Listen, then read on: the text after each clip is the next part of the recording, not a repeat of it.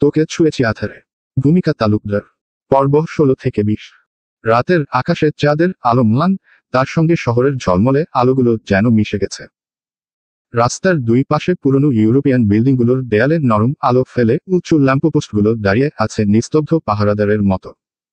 হালকা শীতল বাতাস ভেসে আসছে ঠান্ডার ছোঁয়া। রাত গভীর, তবুও প্যারিসের রাস্তায় সেই চিরচেনা শান্ত গুঞ্জন। দূরে কোনো ক্যাফের দরজা আধখোলা, কেউ হয়তো হুইস্কি গ্লাস হাতে শহরের রাত উপভোগ করছে। এই নীরবতার ভেতর হঠাৎ এক অচেনা শব্দ, একটা শক্তিশালী ইঞ্জিনের গর্জন। প্যারিসের অন্ধকার রাস্তায় ঢুকে পড়ল এক কালো রঙের Lamborghini. Glassy body, mat finish গাড়িটা যেন রাতের অন্ধকার গিলে ফেলছে। এর হেডলাইটের আলো ছুঁয়ে যাচ্ছে রাস্তায় ছিটানো শিশিরবিন্দু। সেই গর্জন ধীরে ধীরে থেমে গেল যখন গাড়িটা এসে দাঁড়ালো এক বিশাল গেটের সামনে। দুজন কালো সাউট পরিহিত দুজন গেটম্যান সদরে গেট খুলে দিল। গেটের ওপরে বড় অক্ষরে ইংরেজিতে খোদাই করা SHADOWEMPII। এই গেট সাধারণ কোনো গেট নয়, পেছনে চোখ ধাঁধানো একটা বিলাসবহুল ডুপ্লেক্স। গেটের ওপাশে লম্বা ড্রাইভওয়ে, দুপাশে সাজানো ফোয়ারা আর বাগানের সুগন্ধি ফুল। বারান্দার ঝাড়বাতি ঝলমল করছে, যেন ভেতরের জাঁকজমকের আভাস দিচ্ছে। রাত হলেও পুরো প্রপার্টি এমন আলোয় ভরা, যেন অন্ধকারের কোনো অস্তিত্বই নেই। গাড়ির ড্রাইভিং সিটের দরজা আস্তে খুলে গেল। ভারী কালো কোট আর শার্প শুটে ঢাকা লম্বা চেহারার একজন পুরুষ ধীরে পা রাখল ঠান্ডা মার্বেলের উপর। যে আর কেউ নয়, জায়ান। তার চোখে ক্লান্তি, কিন্তু ভেতরের আগ্রাসী শান্তি ফুটে উঠছে নীরব অথচ বিপজ্জনক এক আবহ। গা ঘেঁষে ঠান্ডা হাওয়ায় তার কোট হালকা উঠছে, পায়ের বুটের শব্দ রাতের নিস্তব্ধতা ভেঙে প্রতিধ্বনিত হচ্ছে। কিন্তু জায়ান থামল না গেটের দিকে। সে ধীরে ধীরে ঘুরে গেল গাড়ির বিপরীত পাশে। সেখানে দরজাটা আস্তে খুলল। অন্ধকারের ভেতর ফ্যাকাশে আলোয় ভেসে উঠল একটা ম্লান মুখ। লিয়ানা আধো চোখে খোলা দৃষ্টি, কিন্তু চেতনার শেষ সীমানায় দাঁড়িয়ে আছে। তার চুলগুলো এলোমেলো হয়ে কাঁধে লেগে আছে, ঠোঁটে রক্তের ক্ষীণ দাগ, গলার কাছে ছেঁড়া সিল্কের ছোঁয়া। তার নিস্তেজ দেহ যেন গাড়ির সিটে হারিয়ে গেছে। জায়ানের হাত ধীরে এগিয়ে গেল। দৃঢ় অথচ কোমল স্পর্শে সে আনলক করল সিটবেল্ট। তারপর মুহূর্তের মধ্যে লিয়ানাকে নিজের বাহুতে তুলে নিল। যেন পৃথিবীর সব ভার এক নিঃশ্বাসে নিজের কাঁধে চাপিয়ে নিল সে। তার বাহু শক্ত, অথচ স্পর্শে আছে এক অদ্ভুত মায়া।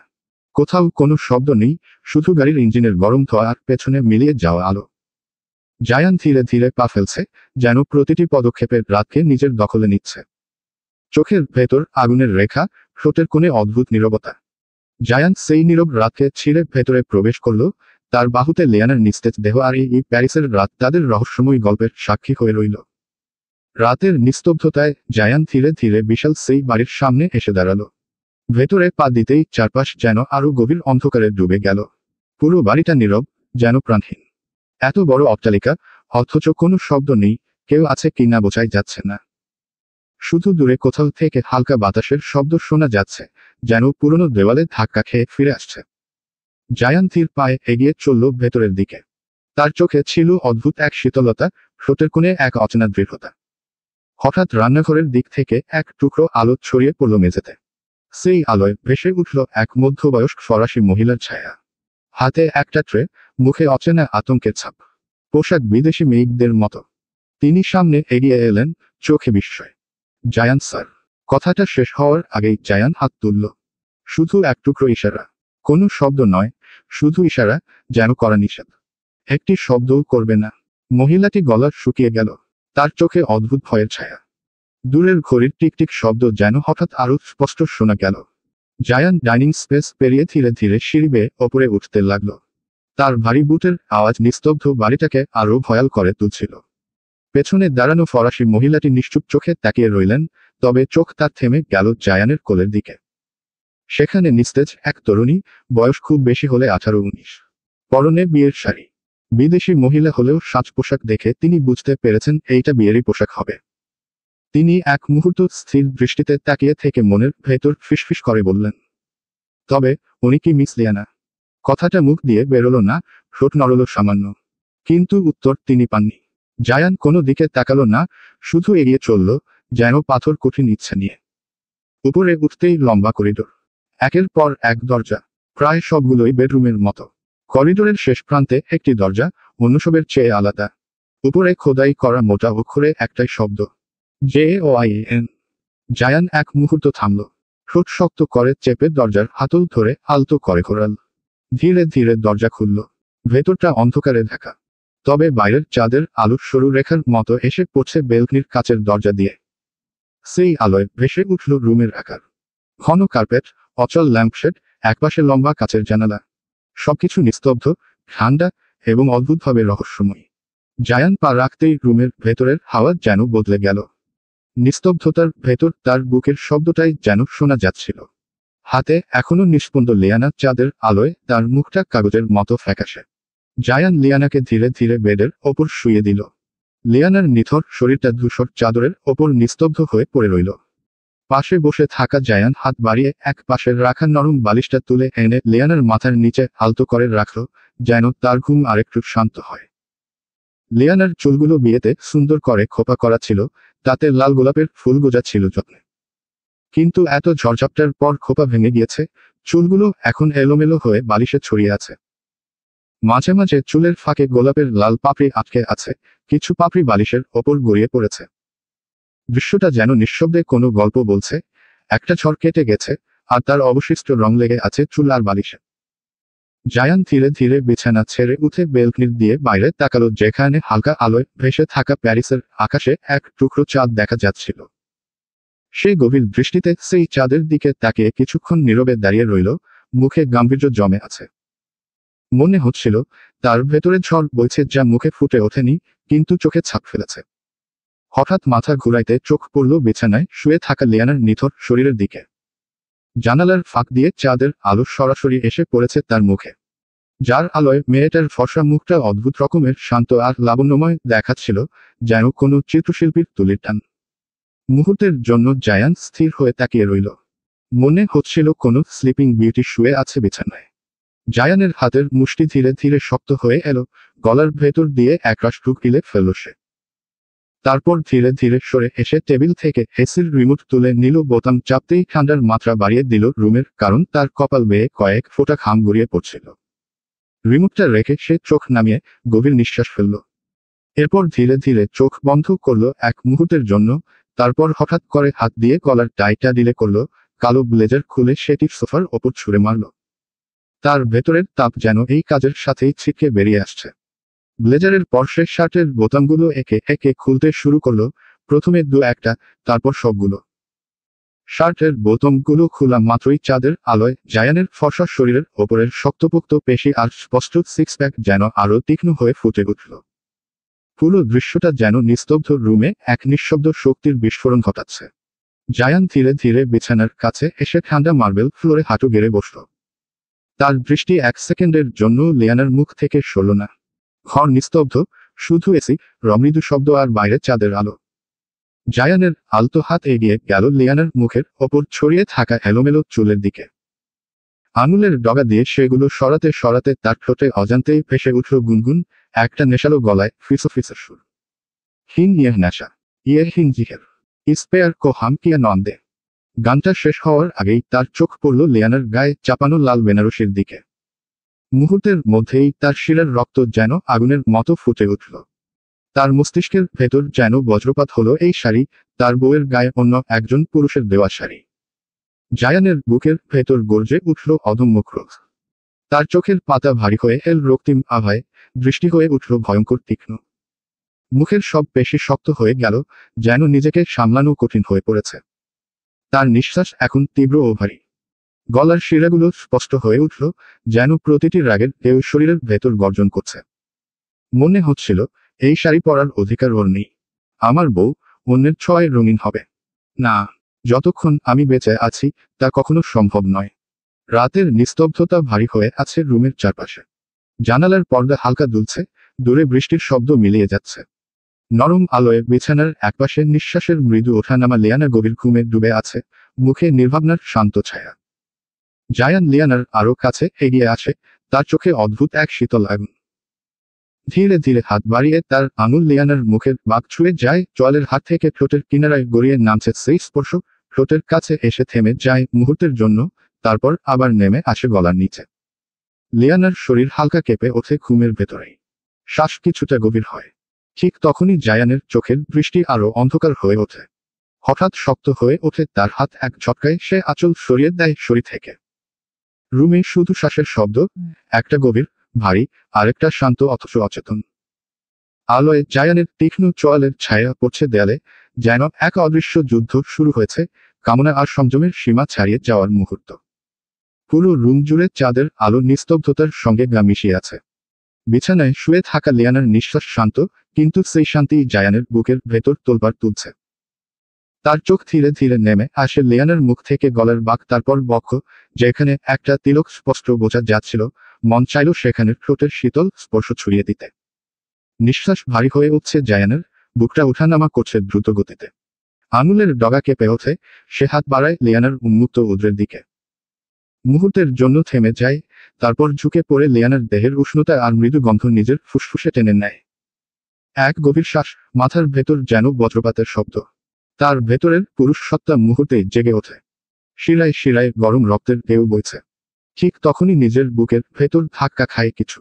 জায়ান হঠাৎ সরে যায়। এক চটকায় উঠে দাঁড়ায় বিছানা থেকে। শ্বাস ছোট ছোট হয়ে যাচ্ছে, যেন বুক ফেটে যাবে। দুহাত দিয়ে মাথা চেপে ধরে দাঁড়িয়ে থাকে কয়েক সেকেন্ড, চোখে অন্ধকার, কানে নিজের নিঃশ্বাসের গর্জন। দেয়ালের দিকে হেলে পড়ে পকেট থেকে সিগারেট বের করে দাঁত চেপে ধরল ঠোঁটে। লাইটারের আগুন জ্বলে উঠতেই তার চোখে ঝলসে ওঠে গোপন অস্থিরতা। প্রথম টানটা ফুসফুসে গিয়ে যেন বিস্ফোরিত হয়, ধোঁয়ার সঙ্গে বেরিয়ে আসে এক গর্জন ভরা দীর্ঘশ্বাস। 29 বছরের জীবনে কোনো নারীকে এতটা কাছে টানেননি, আশেপাশেও ঘেঁষতে দেয়নি। কাছে যায়নি কোনো নারীর। অথচ আজ এক মুহূর্তে সে ফুটবল হয়ে পড়ছে। এই মেয়েটা তাকে দুর্বল করে দিচ্ছে, ভয়ানকভাবে। জায়ানের হাত শক্ত হয়ে মুষ্টিবদ্ধ হয়। বুকের ভেতর ক্রোধ আর কামনার জ্বর মিলেমিশে এক বিষাক্ত ঝড় তৈরি করছে। জায়ান আর সহ্য করতে পারে না। দ্রুত পা চালিয়ে দরজার দিকে যায়, এক ছটকায় দরজা খুলে বেরিয়ে যায়, তারপর দরজাটা এমন জোরে আছড়ে দেয় যে শব্দে দেয়াল কেঁপে ওঠে। জায়ান ধীরে ধীরে সিঁড়ি বেয়ে নিচে নামল। শরীরটা কেমন যেন অস্থির লাগছে। কেন জানি নিজেকে নিয়ন্ত্রণ করা কঠিন হয়ে যাচ্ছে। জায়ান তো কখনো দুর্বল হয় না, সব সময় নিজের উপর দারুণ কন্ট্রোল থাকে তার। কিন্তু আজ কেন এমন হচ্ছে? বুকের ভেতর অদ্ভুত এক ধাক্কাধাক্কি চলছে, হার্টবিট যেন কানে বাজছে। তার চোখ পড়ল খোলা বোতামের শার্টের ভেতর ঝলসে ওঠা ত্বকের দিকে, আর হঠাৎ করেই সারা শরীরে গরম ঢেউ ছড়িয়ে গেল। কপালে ছোট ছোট ঘামের ফোঁটা জমে উঠল। জায়ান গভীর শ্বাস নিল, কিন্তু কোনো কাজ হলো না। তারপর সে ডাইনিং স্পেসের কোণের রাখা ক্যাবিনেটের দিকে এগিয়ে গেল। সেখানে সারি সারি সাজানো অসংখ্য অ্যালকোহলের বোতল। একটা হুইস্কির বোতল নামিয়ে আনে। তারপর গ্লাসে ঢেলে এক টোকে গিলতে শুরু করল। এক গ্লাস, তারপর আরেক গ্লাস। শেষ গ্লাসটা শেষ করে হাতের উল্টোপিঠ দিয়ে মুখ মুছে নিল জায়ান। তারপর গ্লাসটা শক্ত করে চেপে ধরল, চোখ বন্ধ করল এক মুহূর্তের জন্য। আর পরের সেকেন্ডেই প্রচণ্ড জোরে গ্লাসটা ছুঁড়ে মারল পাশের দেয়ালে। একটা বিকট শব্দে গ্লাস চুরমার হয়ে ছিটকে গেল চারদিকে। রাত তখন গভীর, মার্কো তখন উপরের একটা রুমে বসে ল্যাপটপে কাজ করছিল। কানে ইয়ারপিস লাগানো, কারোর সঙ্গে জরুরি কথোপকথন চলছিল। ঠিক তখনই নিচ থেকে ভেসে এলো এক বিকট কাঁচ ভাঙার শব্দ। সে মুহূর্তে মার্কো থেমে গেল। কান থেকে ইয়ারপিস খুলে ছুঁড়ে ফেলল একপাশে। বিন্দুমাত্র দেরি না করে দৌড়ে নিচে নামল সে। এত রাতে কি হলো বুঝতে পারল না। ডাইনিং স্পেসে পৌঁছেই হাত বাড়িয়ে লাইটের সুইচ অন করল। ক্লিক। ডাইনিং স্পেসের আলোয় ভরে উঠল। মার্কোর চোখ সোজা গিয়ে পড়ল জায়ানের দিকে। জায়ান তখনও সেখানেই দাঁড়িয়ে আছে, বুকের ওপর হাত রেখে গভীর শ্বাস নিচ্ছে। মার্কো ধীরে ধীরে এগিয়ে গিয়ে জায়ানের পিঠে হাত রাখল। কি রে, কখন এলি? ডাকলি না কেন? লিয়ানাকে এনেছিস? জায়ান গম্ভীর গলায় জবাব দিল। বিয়ে করে নিয়ে এসেছি। কথাটা শুনে মার্কোর মুখে বিন্দুমাত্র বিস্ময় ফুটল না। যেন ও আগে থেকেই জানতো এমন কিছুই হবে। বরং এক চিলতে দুষ্টু হাসি খেলে গেল তার ঠোঁটে। চোখ টিপে হেসে বলল, ফার্স্ট নাইটে তুই এখানে কেন? তোর বউ কোথায়? ঘুমোচ্ছে। আরে, মেরেছিস আবার? জায়ান মাথাটা একটু নেড়ে বলল, না, শুধু একটা থাপ্পড় মেরেছি আর একটা চুমু খেয়েছি। তাতেই অজ্ঞান হয়ে গেল। এতটাই দুর্বল বোকা মেয়ে। মার্কো এবার জোরে হেসে ফেলল, হু হু করে, যেন গোটা রুম ভরে উঠল তার হাসিতে। দাঁত কেলানো বন্ধ কর। তা না হলে দাঁত আর দাঁতের জায়গায় থাকবে না। খুলে হাতে ধরিয়ে দিব। জায়ানের এমন কথা শুনে মার্কো এবার জোর করেই মুখ চেপে হাসি গিলে নিল। এভাবে বলছিস কেন ভাই? আমার কষ্ট পেলাম। বাই দ্য ওয়ে, তোর নিজের শরীরই তো দেখে মনে হচ্ছে দুর্বল হয়ে আছে। বুকের ওপর হাত দিয়ে কেন রেখেছিস? সব ঠিক আছে তো? জায়ান এবার বুকটা আরো শক্ত করে চেপে ধরে গলার স্বর ভারী করে। বুকের জ্বালাটা দিন দিন বাড়ছে, আর আজকে তো মনে হয় সুগার লেভেল টু মাছ হাই হয়ে উঠেছে। সুগার? ডায়াবেটিস হলো নাকি তোর আবার? হায় হায়। জায়ান ঠোঁটে এক ফোঁটা ব্যঙ্গাত্মক হাসি টেনে বলে, ডায়াবেটিস হলে তো মিষ্টি খাওয়া দোষ, কিন্তু আমি তো এখনো মিষ্টি খেয়েই দেখলাম না। কি বলছিস আবল তালো? জীবনে সুইট খাসনি? এই মিষ্টি সেই মিষ্টি না, নেশা জাতীয়, একমাত্র চাহিদা, মাই পার্সোনাল সুইট। মার্কোর চোখ বিস্ফোরিত, হঠাৎ কেসে ওঠে জায়ানের এমন কথা শুনে। তোর অবস্থা এখনই এমন, আর মিষ্টি যদি খেতে শুরু করিস তাহলে কি হবে ভাবতেই ভয় লাগছে। তারপর জায়ান কিছু বলতেই যাবে ঠিক সেই সময় ট্রিং ট্রিং ফোনের শব্দের রাতের নিস্তব্ধতায় কেটে গেল তীক্ষ্ণ ছুরির মতো। জায়ান চোখ তুলল, ভ্রু সামান্য কুঁচকে গেল। মার্কো টেবিলের উপর থেকে ফোনটা তুলে নিল ধীরে। ইয়েশু, মার্কো স্পিকিং। ওপাশ থেকে ভেসে এল এক কর্কশ চাপা গলা। কোনো ফরাসি লোক হবে। ফারাসি ভাষায় 2 লাইন বলে উঠল লোকটা, যাচ্ছিল। সেদিন রাতের ফুটেজটা পাঠালাম, ভালো করে দেখবেন সেদিনের গাড়ি অ্যাক্সিডেন্টের দৃশ্য। লাইন কেটে গেল। ডাইনিং স্পেসের ভেতর আবার সেই নিস্তব্ধতা, শুধু দেয়ালের ডিজিটাল ঘড়ির টিকটিক। মার্কো ধীরে ফোন নামিয়ে স্ক্রিনে তাকালো, চোখে তীব্র চকচকানি। তারপর জায়ানের দিকে ঘুরল, ঠোঁটের কোণে এক ভয়ঙ্কর বাঁক। পেয়ে গেছি, তোর গাড়ি অ্যাক্সিডেন্টের সিসিটিভি ফুটেজ। এই এক কথার মধ্যে যেন বিস্ফোরণ লুকিয়ে ছিল। জায়ান ধীরে মাথা তুলল। নিমিষেই তার আবেগ, অনুভূতি, যন্ত্রণা অদৃশ্য হয়ে গেল। চোয়াল শক্ত হয়ে উঠে, হাতের রগ টান টান, মাথাটা এদিক সেদিকে করে সোজা হয়ে উঠে দাঁড়ালো, লম্বা ছাড় মতো সোজা, পায়ে ভারী বুটের শব্দ যেন মেঝে কাঁপিয়ে উঠল। উপরে চলো। তারপর দুজনেই বড় বড় পা ফেলে উপরে চলে যায় মার্কোর রুমে। দরজা ঠেলতেই যে দৃশ্য সামনে এলো তা স্বাভাবিক কোনো মানুষের রুম ছিল না। প্রথমেই চোখে লাগলো কালো দেয়াল, গাঢ় ম্যাট ব্ল্যাক পেইন্ট, যেন আলো গিলতে পারে। ডান পাশের ওয়াল জুড়ে অদ্ভুত সিলুয়েট প্যাটার্ন, কালিছোপের মতো এলোমেলো, তবু যেন অর্থপূর্ণ কিছু গোপন প্রতীক। রুমের ভেতর আলো অদ্ভুতভাবে ম্লান, যেন ইচ্ছাকৃত অন্ধকার তৈরি করা। দেয়ালের রং গভীর ব্ল্যাক, তাতে লাল আর ধূসর স্ট্রোক, অদ্ভুত সব বিমূর্ত চিত্র, যেগুলো প্রথম দেখায় শিল্পকর্ম মনে হলেও যতক্ষণ তাকাবে তত বেশি অস্বস্তি গায়ে জড়িয়ে ধরবে। রুমের গন্ধ চামড়ার ফাইল আর পুরনো কাগজের গন্ধের সঙ্গে মিশে থাকা কিছু অদ্ভুত শীতলতার আভাস। জানালার পর্দা টেনে রাখা, রুমের আলো শুধু টেবিল ল্যাম্পের ঝিমঝিমে হলুদে সীমাবদ্ধ।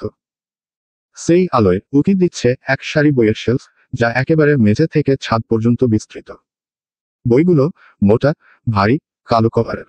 বেশিরভাগই সোনালী হরফে লেখা নাম। Criminal law, forensic jurisprudence, international crime syndicates, ফৌজদারি আইন, ফরেন্সিক আইনশাস্ত্র, আন্তর্জাতিক অপরাধ সিন্ডিকেটস। এক কোণে ঝোলানো কালো স্যুট, চকচকে লেদার বেল্টে গোজা পিস্তল হোলস্টার, একই সঙ্গে সভ্যতার মুখোশ আর রক্তাক্ত সত্যের ইঙ্গিত। দেয়ালের ওপাশে টানানো আইনি নোটিশ, কয়েকটা হাতে লেখা ড্রাফট, কিন্তু অদ্ভুতভাবে গোছানো, যেন প্রতিটি কাগজ তার শত্রুর রক্তের দাগও গোপন করে রেখেছে। টেবিলের উপর ল্যাপটপ খোলা, স্ক্রিন ব্ল্যাঙ্ক। পাশে ফাইলের স্ক্রুপ। গ্লাসে অর্ধেক ভর্তি হুইস্কি, বরফ গলে গিয়ে শীতল স্রোতের মতো লেপ্টে আছে। আর চেয়ারে বসতেই মনে হলো এই জায়গাটা কেবল লয়ার মার্কোর জন্য নয়। জায়ান ধীরে ধীরে সোফায় বসল। মার্কো ধীরে এগিয়ে গিয়ে ল্যাপটপের স্ক্রিন অন করল। আলো ঝলসে উঠতেই এক মুহূর্তে তাদের মুখ দুটো সাদা হয়ে গেল আলোয়। স্ক্রিনে ফোল্ডার ওপেন হলো। নাম একটাই, ট্রুথ। রুম জুড়ে নিস্তব্ধতা, শুধু এয়ার কন্ডিশনের হালকা গুনগুন শব্দ। স্ক্রিনে black and white CCTV footage চলছে, সেই রাতের যখন জায়ান গাড়ি হাইওয়েতে ছিঁড়ে গিয়ে উল্টে পড়েছিল। জায়ান হাতের আঙুলের গাঁট মটকালো, ঠান্ডা, বিষাক্ত দৃষ্টি মনিটরে গেঁথে দিল। ফুটেজ স্লো মোশনে চলতে লাগলো।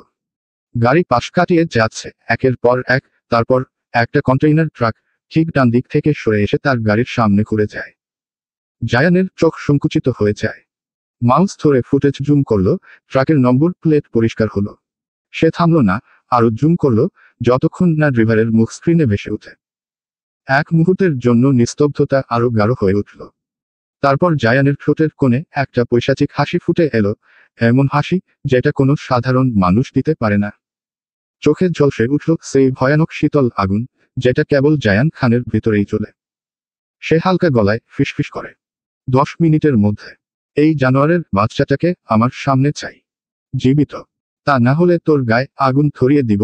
মার্কো মার্কো ইতিমধ্যেই পাশে দাঁড়িয়ে ছিল, ফোন হাতে। কথাটা শোনা মাত্রই সে নম্বর ডায়াল করল। লাইন ওপাশে কানেক্ট হওয়ার আগেই জায়ান আবার ঠান্ডা গলায় বলে, নাম, ঠিকানা, বাপ দাদার খোঁজ, কতগুলো শ্বাস এখনো ফুসফুসে আছে, সব বের কর। আর ট্রাকের কন্টেইনারে কি ছিল তাও জানতে চাই, আজ রাতের আগে। ওকে। জায়ান ধীরে ধীরে সোফার পেছনে হেলান দিল। তার মুখে কোনো রাগ নেই, বরং শীতল নীরবতা, যা ঝড়ের আগে প্রকৃতির নীরবতার মতো। চোখ বন্ধ করল, ঠোঁটের কোণে এখনো সেই শয়তানি হাসি খেলা করছে। তারপর জায়ান, মার্কো দুজনেই চুপচাপ বেরিয়ে পড়ে গাড়ি নিয়ে। গ্যারেজের ধাতব দরজাটা ধীরে ধীরে বন্ধ হয়ে গেল। বাইরে থেকে আলো এসে এক মুহূর্তের জন্য ভেতরের ছায়ার মধ্যে ঢুকে আবার মিলিয়ে গেল। ভেতরে শুধু ঝুলে থাকা একটা বাল্ব হালকা হলুদ আলোয় ঝিমঝিম করছে, যেন যে কোনো সময় নিভে যাবে। সাথে গন্ধ, পেট্রোলের তীব্র ঘ্রাণ আর রক্তের লুকানো গন্ধ মিশে আছে বাতাসে। কোনায় বাঁধা মানুষটা কাঁপছে, চোখে কালো কাপড়, হাত পেছনে শক্ত করে বেঁধে রাখা। নিঃশ্বাস দ্রুত, গলার শিরা ফুলে উঠছে। জায়ান ধীরে ধীরে এগিয়ে এলো। তার পায়ের আওয়াজ গ্যারেজের ফাঁকা মেঝেতে ধাতব শব্দ হচ্ছে। ঠিক ঠিক ঠিক। হাতের গ্লাভস ঠিক করতে করতে সে থেমে দাঁড়ালো সেই লোকটার সামনে। একটা লম্বা নিঃশ্বাস ফেলে শান্ত গলায় বলল, তুই জানিস, আমি তোর মুখ থেকে একটা কোথাও টেনে না নেওয়া পর্যন্ত তোর শরীরের কোনো হাড় ঠিকঠাক থাকবে না। লোকটা কাঁপতে কাঁপতে, প্লিজ, আমি কিছু জানি না, আমি শুধু। চরের শব্দ কংক্রিট দেয়ালে প্রতিধ্বনি করল। লোকটার মাথা পাশে হেলে পড়ল, ঠোঁট থেকে রক্ত গড়িয়ে পড়ছে। জায়ান নিচু হয়ে তার কানে ফিসফিস করে বলল, মিথ্যা বলিস না, আমার মিথ্যা একদমই পছন্দ না। যা জিজ্ঞেস করছি ঠিকঠাক জবাব দে, না হলে তোর শরীরের ভেতর থেকে হাড়গুলো আলাদা করে দেখাবো। জায়ান ধীরে ধীরে একটা মেটাল রড তুলে নিল, যেটা পাশে পড়েছিল। হলুদ লাইটের আলোয় রডের মাথায় শুকনো রক্তের দাগ চকচক করল। লোকটার গলাটা শুকিয়ে গিয়ে বড় বড় টুক গিলতে লাগলো। গলায় শুধু কর্কশ আওয়াজ, প্লিজ, আমি কিছুই জানি না। জায়ান এবার থেমে গেল না। সে একটা চেয়ার টেনে নিয়ে লোকটার সামনে বসল। হাতের রডটা নিয়ে আস্তে আস্তে মেঝেতে বাজাতে লাগলো, ঠাং ঠাং ঠাং। প্রতিবার শব্দের সাথে লোকটার শরীর কেঁপে উঠছে। তারপর হঠাৎ করে জায়ান তার হাতে থাকা গ্লাভস খুলে নিল, ঠান্ডা চোখে তাকালো লোকটার দিকে। তুই জানিস না তোকে কে পাঠিয়েছিল আমায় মারতে? আচ্ছা, এবার আমি তোর শরীরকে মনে করিয়ে দেব। তারপর সে লোকটার বাম হাতটা ধরে টেনে সামনে আনলো, আর হঠাৎ করে রডের ভারী আঘাত নামিয়ে দিল আঙুলের ওপর। আঙুল ভেঙে গেল। লোকটার মুখ থেকে বিকট চিৎকার বেরোলো, কিন্তু গ্যারেজের মোটা দেয়াল শব্দটাকে আটকে রাখল। জায়ান ঠান্ডা কণ্ঠে বলে, প্রথম আঙুল গেল। এখনো তুই বলছিস কিছু জানিস না? লোকটা কাঁদতে কাঁদতে চিৎকার করছে, না না, প্লিজ, আমি বলবো, আমি বলবো। জায়ান ধীরে ধীরে মুখের কোণে হালকা এক পৈশাচিক হাসি টানল। তার চোখে কোনো আলো নেই, শুধু এক অদ্ভুত অন্ধকার গভীরতা। এই তো ভালো, বল, আমি শুনছি।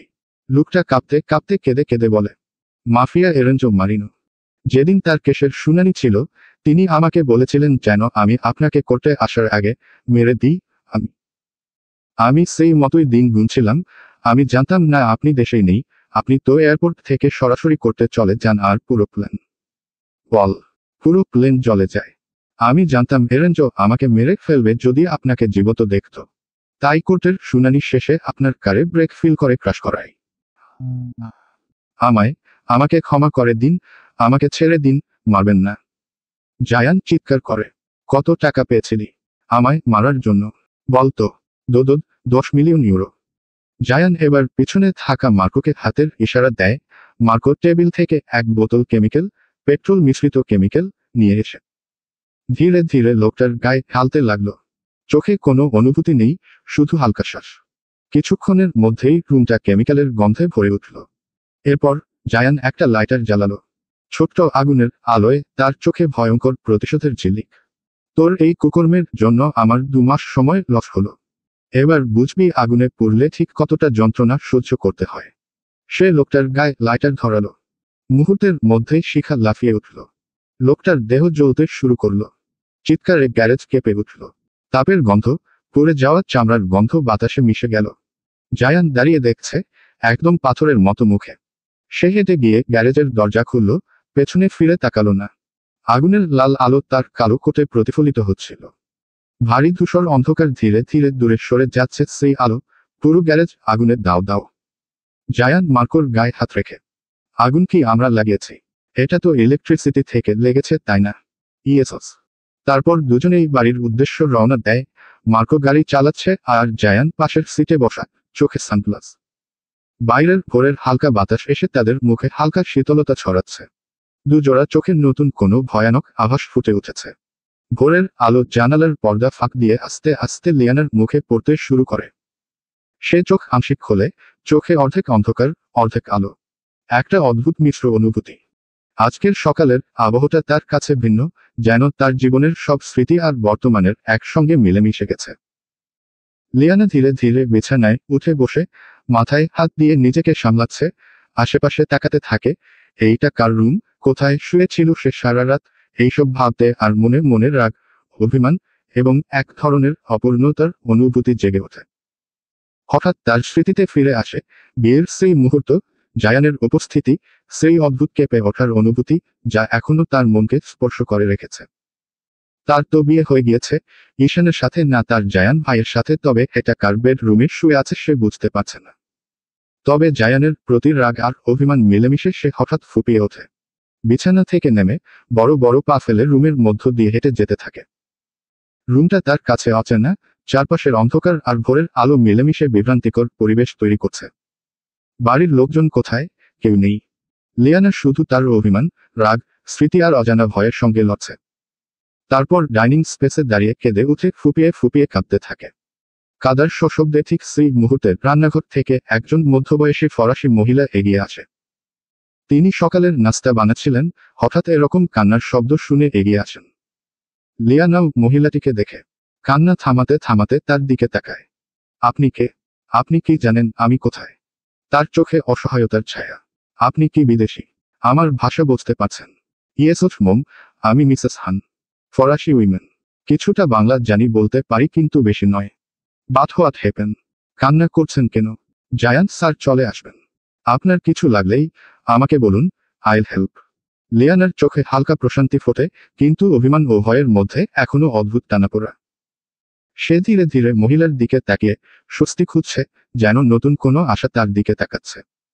লিয়ানা চোখ বড় বড় করে মিসেস হানের দিকে তাকিয়ে বলল, আচ্ছা, এটা কোন জায়গা? আমি এখন কোথায় আছি? এটা কি ঢাকার বাহিরে? ঢাকা মিন capital city of Bangladesh. Mrs হান একটু অবাক হলেন লিয়ানার কথাগুলো শুনে। তিনি বুঝতে পেরেছেন এই মেয়েটি আসলে জানেই না সে কোথায় আছে। দেখুন মিসেস লিয়ানা, আপনি তো বাংলাদেশ নেই। এটা তো ফ্রান্স। ঢাকা থেকে অনেক দূর, আই মিন বাংলাদেশ থেকে। লিয়ানার চোখ জ্বলে উঠল। বাংলাদেশ নেই মানে কি? তার কণ্ঠে অবিশ্বাস, আতঙ্ক। মিসেস হান নরম ভঙ্গিতে বোঝাতে লাগলেন, না না, আপনি এখন বাংলাদেশ নেই। জায়ান স্যার, তিনি আপনাকে কাল রাতে এখানে নিয়ে এসেছেন। আর এখন আপনি এখানে, অন্য দেশের রাজধানীর কাছে। লিয়ানার চোখে হঠাৎ ঝাপসা হয়ে উঠল। তার মনের ভেতর প্রশ্ন ঘুরতে থাকে, এই জায়ান খান নামক মানুষটি চায় আমার সঙ্গে কি করতেই চাইছেন? কি এমন পাপ করেছি যে তার শাস্তি দিতে এত দূরে এনেছেন? লিয়ানা চোখ মেলে জানালার দিকে তাকিয়ে কিছুক্ষণের জন্য থমকে যায়।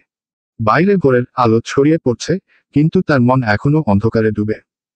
তার শরীর কেঁপে উঠছে, শ্বাস নিতে কষ্ট হচ্ছে। সে বুঝতে পারছে তার জীবন আগে যেমন ছিল তা আর থাকবে না। লিয়ানা হঠাৎ রাগে লাল হয়ে ওঠে, কাঁদতে কাঁদতে উঠে বসে। মনের মধ্যে হাজারো গালি, জায়ানকে উদ্দেশ্য করে, নিজের অবস্থা নিয়ে, নিজের অসহায়তা নিয়ে।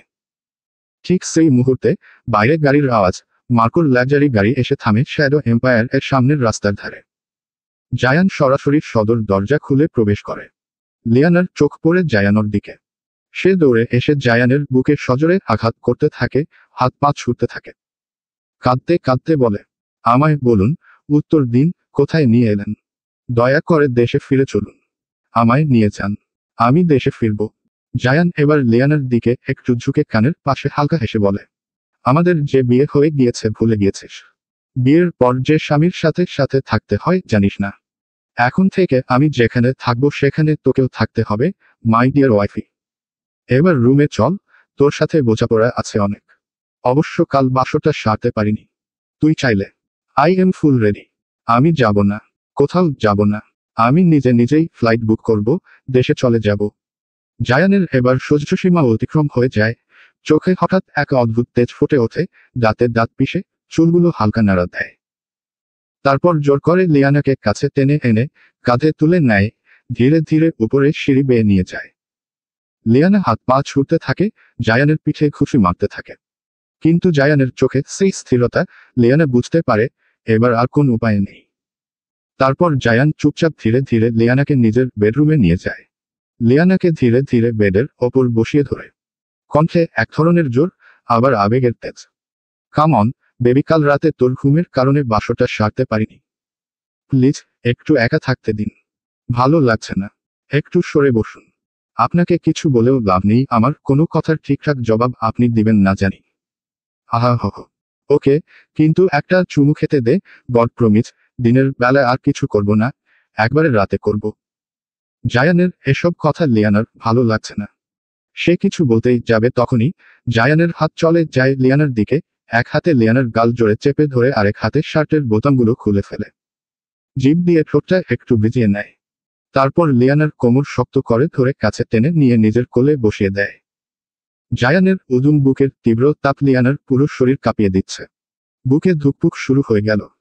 জায়ান যখনই লিয়ানার অধর স্পর্শ করতে যাবে তখনই লিয়ানা জায়ানের বুকে মুখ গুজে কেঁদে ফেলে হাউমাউ করে। কেন বিয়ে করলে আমাকে? ভালোবাসেন না বলেছিলেন, তাহলে কেন? দয়া করেছেন আমার উপর, আমি চেয়েছি আপনার দয়া। জায়ান এবার তাচ্ছিল্য হেসে, ভালোবাসলেই কি বিয়ে করতে হয়? আমার তোর রাত হলেই একটা বউ বউ অভাব ফিল হয়। কি করব বল, তাই বিয়ে করে নিলাম তোকে। এবার লিয়ানার অধরে আঙুল ছুঁয়ে, তবে তোকে ছুতে আমার কোনো বিয়ের প্রয়োজন ছিল না। এমনিতেও আমি বিয়েতে বিশ্বাসী নই, বরং তোর শরীরে যেন কোনো কলঙ্কের দাগ না পড়ে, তাই আর কি এইসব বিয়ে টিয়ে করা। নে এবার আমায় কড়া করে একটা চুমু খাতো।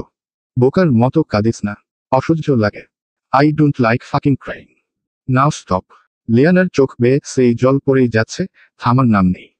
হাতের উল্টো পিঠ দিয়ে চোখের জল মুছতে মুছতে, আপনি আমার থেকে দূরে গিয়ে বসুন না, কিসের বিয়ের অধিকার খাটাতে চাচ্ছেন? মানি না আমি এই বিয়ে, ছুবেন না আমায়। আপনি জানেন, গত 2 মাস প্রায় 200 কল করেছি আমি আপনায়। ফোন বন্ধ করে উধাও হয়ে গিয়েছেন। একবারও ভেবে দেখেছেন কিসের মধ্যে দিন পার করেছি? আমি পারবো না, সত্যিই পারবো না। আপনার মতো পাষাণ লোকের সাথে সংসার সম্ভব না। জায়ানের চোখে তখন এক অদ্ভুত রং, রাগ, উত্তেজনা এবং অশান্তি।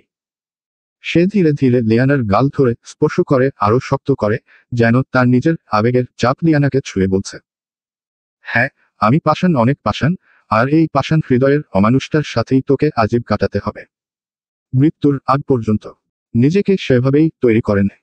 তারপর শার্টের গুতুম গুলি লাগাতে লাগাতে জায়ান বাঁকা হেসে বলে, এভাবে ভেবে করে না কেঁদে যদি একবার আমার বুকে থাকা দেহের প্রতি কোনায় কোনায় থাকা যন্ত্রণার দাগগুলি দেখতি, নিজের অর্ধেক প্রশ্নের জবাব পেয়ে যেতি। জায়ানের কথাগুলি লিয়ানার কানে যেতেই মুখ ঘুরিয়ে সেখানে তাকাতেই জায়ান শার্ট দিয়ে নিজের শরীর মুড়িয়ে নেয়। বেড থেকে উঠেই কড়া গলায় আদেশ ছুড়ে মারে সে, এই ডিসগাস্টিং 3RD ক্লাস শাড়ি তাড়াতাড়ি খুল, আমি এসে যদি দেখি আবার এইটা, তাইলে নিজের হাতেই টেনে খুলে দিব। গো নাও, হারি আপ। জায়ান কথাগুলো বলেই ধীরে ধীরে বেড থেকে নেমে আসে। তার পায়ের শব্দ যেন পুরো বাড়িটাকে কাঁপিয়ে দিচ্ছে। পা ভারী, কপালে ঘাম, শরীরে উত্তাপ, মাথাটা টনটন করছে, মুখে এক অদ্ভুত ক্রোধের রেখা। হাত মুষ্টি বন্ধ। সে ডাইনিং স্পেস পেরিয়ে এগিয়ে যায়, সঙ্গে নিয়ে নেয় 2টো অ্যালকোহলের বোতল। তার হাঁটার ভঙ্গি দেখে বোঝা যায় সে নিজেকে কষ্ট করে কন্ট্রোল করছে, চোখ লালচে, মুখে থমথমে আবহ। কয়েক সেকেন্ড পরে সে পৌঁছে যায় শ্যাডো এম্পায়ারের বিশাল সুইমিং পুলের ধারে। নীলাভ পানির ওপর ভোরের আলো চিকমিক করছে। সে ধীরে ধীরে পুলের ধারে বসে 2টো পা জলে ডুবিয়ে দেয়। জলের ঠান্ডা স্পর্শেও শরীরের আগুন কমছে না। প্রথম বোতলের মুখ দাঁত দিয়ে ছিঁড়ে খুলে ফেলে। ঢকঢক করে পুরো বোতল মুখে ঢেলে দেয়। এক বিন্দু ফেলে না। শেষ ফোঁটা গলায় নামতেই সে চোখ বন্ধ করে গভীর শ্বাস নেয়। যেন নিজের যন্ত্রণা মদে ডুবিয়ে দিতে চাইছে। নিজেকে পরিশুদ্ধ করছে। দ্বিতীয় বোতল খুলে এবার মুখে না দিয়ে পুরোটা নিজের গায়ে ঢেলে দেয়। মাথা থেকে গলা, বুক সব অ্যালকোহলে ভিজে যায়। মনে হয় সে যেন শরীরের বিষাক্ততা ধুয়ে ফেলছে। বোতলের বাকি অংশ জলের ভেতর ছুঁড়ে ফেলে। গ্লাস ভেঙে টুন টুন শব্দে ডুবে যায় বোতলটা। তার চুল ভেজা, চোখ লাল, মুখে ভয়ঙ্কর অভিব্যক্তি। নিজের চুলগুলো হাত দিয়ে বেপরোয়া ভাবে আঁচড়ে ধরে। তারপর দাঁত চেপে আকাশের দিকে তাকিয়ে ধীর গলায় বলে ওঠে, মাত্র 2 মাসের শরীরে জ্বালাপোড়া লেগে গেল। আর আমি জায়ান। গত 10 বছরে 120 মাস, 520 সপ্তাহ, 3650 দিন, 87,600 ঘন্টা, 52,560, 000 মিনিট, 335, 307, 000 সেকেন্ড। প্রতিটা মুহূর্তে পুরে পুরে ছাই হয়েছে। তার হিসেব দিতে পারবি তো? শাড়িটা খুলতে তো সমস্যা নেই, তবে এত হেভি শাড়ি পরেই তো আমারই দম বন্ধ হয়ে আসছে। কিন্তু এই শাড়ি খুলে আমি পরবটা কি? খুব তো আমায় শাসিয়ে গেল, অথচ বলে তো গেলেন না যে শাড়ি খুলে আমি পরবটা কি? আজব হ্যাত। নিজের পরনের শাড়িটা দেখছে, আবার বেডরুমের চারদিকে পায়চারি করেই চলেছে লিয়ানা। সত্যিই তো সে এখন এই শাড়ি খুলে পরবেই বাকি। ভেবেই রুমের এপাশ ওপাশ তাকাচ্ছে আর মাথা চুলকোচ্ছে। তখনই লিয়ানার চোখে পড়ে দেয়ালের এক কোণে বর্ষর কালো রঙের একটা ওয়ার্ড্রোব বললেও ভুল হবে, দেয়ালের সাথে একবারেই অ্যাডজাস্ট করা। শুধু দরজাটাই দেখা যাচ্ছে, দেখি বুঝো চাই এটা অ্যাডজাস্ট ক্যাবিনেট টাইপ। লিয়ানা এবার এগিয়ে যায়, ওটার দিকে গিয়েই হাতল ধরে টান দিয়ে খুলে ফেলতেই চোখে পড়ে সারি গুছানো কালো সাদা রঙের স্যুট আর প্যান্ট। সব একই রকম, আলাদা করার কোন সব একই রকম উপায় নেই। একটার পর আরেকটা তাক উল্টিয়ে পাল্টিয়ে দেখতে লাগলো লিয়ানা কোনো টি শার্ট বা এমন টাইপের কিছু আছে কিনা যা পরে আপাতত থাকতে পারবে। দেখতে দেখতে পুরো ক্যাবিনেট দেখা শেষ, কিছুই পেল না। শেষের তাক আবার একটু উল্টিয়ে পাল্টে দেখতেই চোখ আটকে গেল কোনায় পরে থাকা একটা টি শার্টের দিকে, কালো রঙা একটা গেঞ্জি।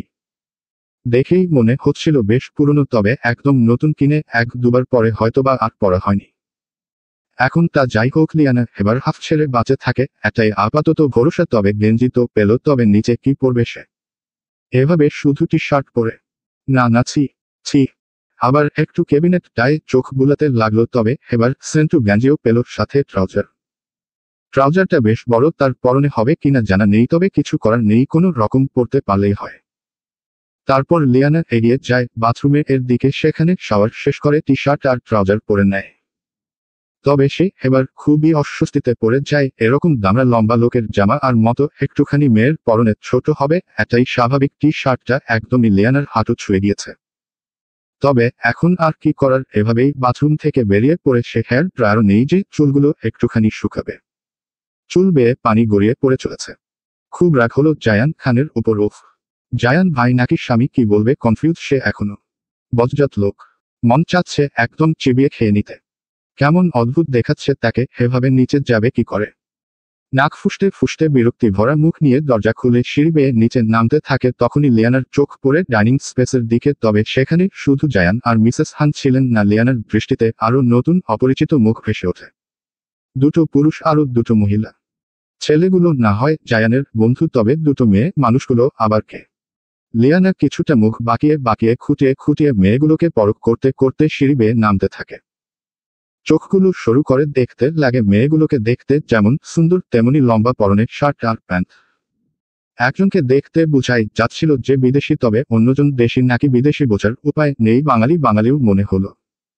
অন্যদিকে জায়ান শাওয়ার নিয়েই ডাইনিং এ সোফায় বসে কফির কাপে চুমুক বসাচ্ছে আর ল্যাপটপটা টাইপ করে যাচ্ছিল। তবে জায়ানের চোখ হঠাৎ উপরে সিঁড়ির দিকে যেতেই দেখতে পায় লিয়ানা তার টি শার্ট পরে নিচে নামছে। এভাবে লিয়ানার পরনে নিজের টি শার্ট দেখে জায়ান বিষম খেয়ে কেসে ওঠে। গালগুলি লাল হয়ে যাচ্ছে তার। খুব করে চাইছে হাসি থামাতে, তবে মুখে আঙ্গুল দিয়ে মিটমিট করে হেসে চলেছে। জায়ান খান তো কখনো এভাবে হাসেন না, তাকে এভাবে হাসতে দেখে মার্কো, নাদিয়া, এলেনা, এলেক্স সবাই হা করে জায়ানের দিকে তাকিয়ে আছে। হঠাৎ কি এমন হলো জায়ান এভাবে হাসছে?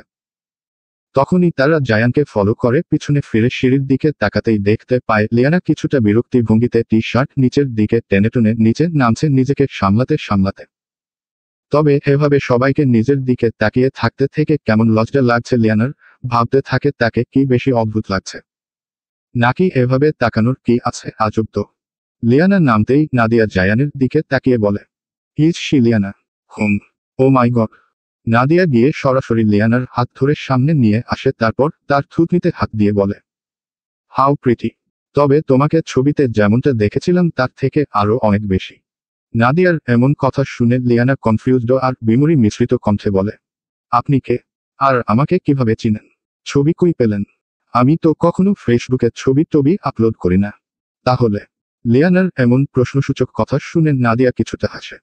তবে জায়ান লিয়ানার বোকার মতো কথা শুনে কপালে আঙ্গুল ঠেকিয়ে ফিসফিস করে। আস্তে গধব। লিয়ানাকে দেখে হেলেক্স এবার জায়ানের কাছে এসে দাঁড়ায়, তারপর জায়ানের কাঁধে হাত রেখে হেসে লিয়ানার দিকে তাকিয়ে। Very sweet girl and attractive. কি রে জায়ান, তোর বর্ণনার থেকেও বেশি কিউট তোর এই পিচ্ছি বউ। এলেক্সের কথা শেষ না হতেই জায়ান চোখ বড় বড় করে এলেক্সের দিকে তাকিয়ে। Shut up. নজর দিবি না গলা কেটে ফেলবো একদম। জায়ানের কথা শুনে এলেক্স বড় টুক গিলতে গিলতে নিজের গলায় হাত রেখে। নো জায়ান, এভাবে বউয়ের জন্য নিজের বন্ধুকে মেরে ফেলার হুমকি দিতে পারিস না। আমি কি সেভাবে নজর দিয়েছি নাকি? দেখ, যদি বাংলা ভাষায় বলি তাহলে তোর ওয়াইফ তো আমার ভাবি হয়, তাই না? না, আম্মা বল।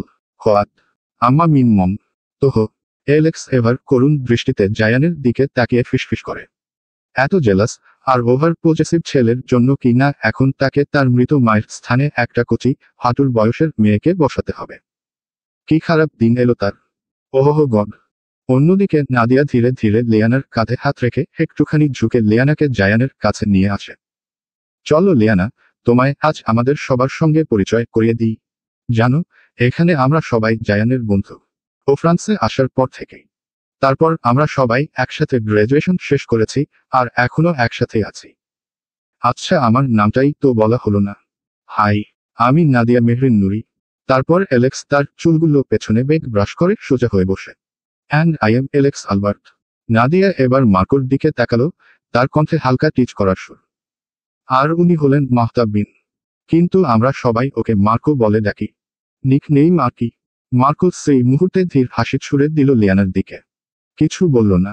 লিয়ানার চোখ এবার সরে গেল পাশের টেবিলে বসে থাকা মেয়েটির দিকে। ফর্সা চেহারা, বাদামি চুল দিয়েও খেলানোভাবে কাঁধে পড়ে আছে, অথচ সে কাউকে পাত্তা না দিয়ে কেবল টেবিলের ওপর রাখা কফির কাপটায় চুমুক দিয়ে চলেছে। কোনো প্রতিক্রিয়া নেই, শুধু নিঃশব্দে চুমুক দিচ্ছে। লিয়ানা ধীরে তার দিকে তাকিয়েই জিজ্ঞেস করল, আর উনি? ও হচ্ছে এলেনা এমিলিও। তারপর লিয়ানা এলেক্স আর এলেনার দিকে তাকিয়ে নাদিয়াকে ইশারা করে। ওনারা দুজন কি এদেশের নাগরিক? মানে ফ্রান্সের? নদিয়া ঠোঁট বাঁকিয়ে হেসে উত্তর দিল, হ্যাঁ, এরা দুজন ফ্রান্সেরই, তবে আমরাও সবাই এদেশের সিটিজেনশিপ প্রাপ্তই। তবে আমি বাংলাদেশি আর মার্কো ইন্ডিয়ান। বলতে বলতেই নাদিয়া এবার লিয়ানাকে সোফায় বসিয়ে দেয়। তবে এগুলোই শুধু আমাদের পরিচয় নয়, আরেকটা পরিচয় আছে। কোন পরিচয়? আমরা সবাই বন্ধু বটেই। পাশাপাশি আমরা সবাই ক্রিমিনাল ল টিমের সদস্য। আর জায়ান আমাদের সিনিয়র। আইবনহার্ট ল ফার্ম চিনো? সেটা আমাদের আন্ডারেই। লিয়ানার শোকত, চোখ বিস্ফারিত। কি বলছেন? আপনারা ক্রিমিনাল লয়ার? এক্স্যাক্টলি। তুমি কি জানো, জায়ান শুধু ক্রিমিনাল লয়ার নয়, সে ফ্রান্সের ক্রিমিনাল লয়ারদের লিস্টে একেবারে শীর্ষে। আর আমাদের team the most powerful one. আচ্ছা, সেসবে আর না যাই। লিয়ানা এবার জায়ানের দিকে তাকিয়ে ভেঙচি কেটে বলে ওঠে, হাহ, আমি তো ভেবেছিলাম এই লোক আসলে এক নাম্বারের সন্ত্রাসী।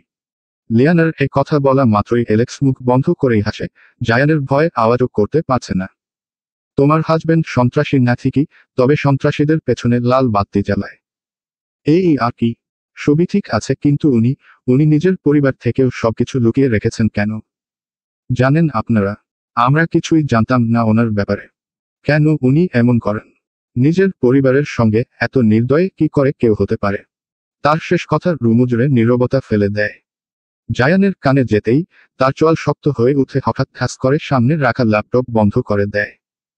শব্দে সবার বুক কেঁপে ওঠে। হেন, নাদিয়া, এই বায়োডাটা দেওয়া বন্ধ কর। এত কিছু জেনে কি করবে? জানার হলে এমনিতেই জানতে পারবে। মাইকিং করতে হবে না তোকে। জয়ান এবার বড় বড় পা ফেলে ওপরের সিঁড়ি বেয়ে উঠতে থাকে। হঠাৎ থেমে পিছন ফিরে বলে ওঠে, মিসেস হান। রান্নাঘর থেকে তড়িঘড়ি করে বেরিয়ে আসে মিসেস হান। জি স্যার।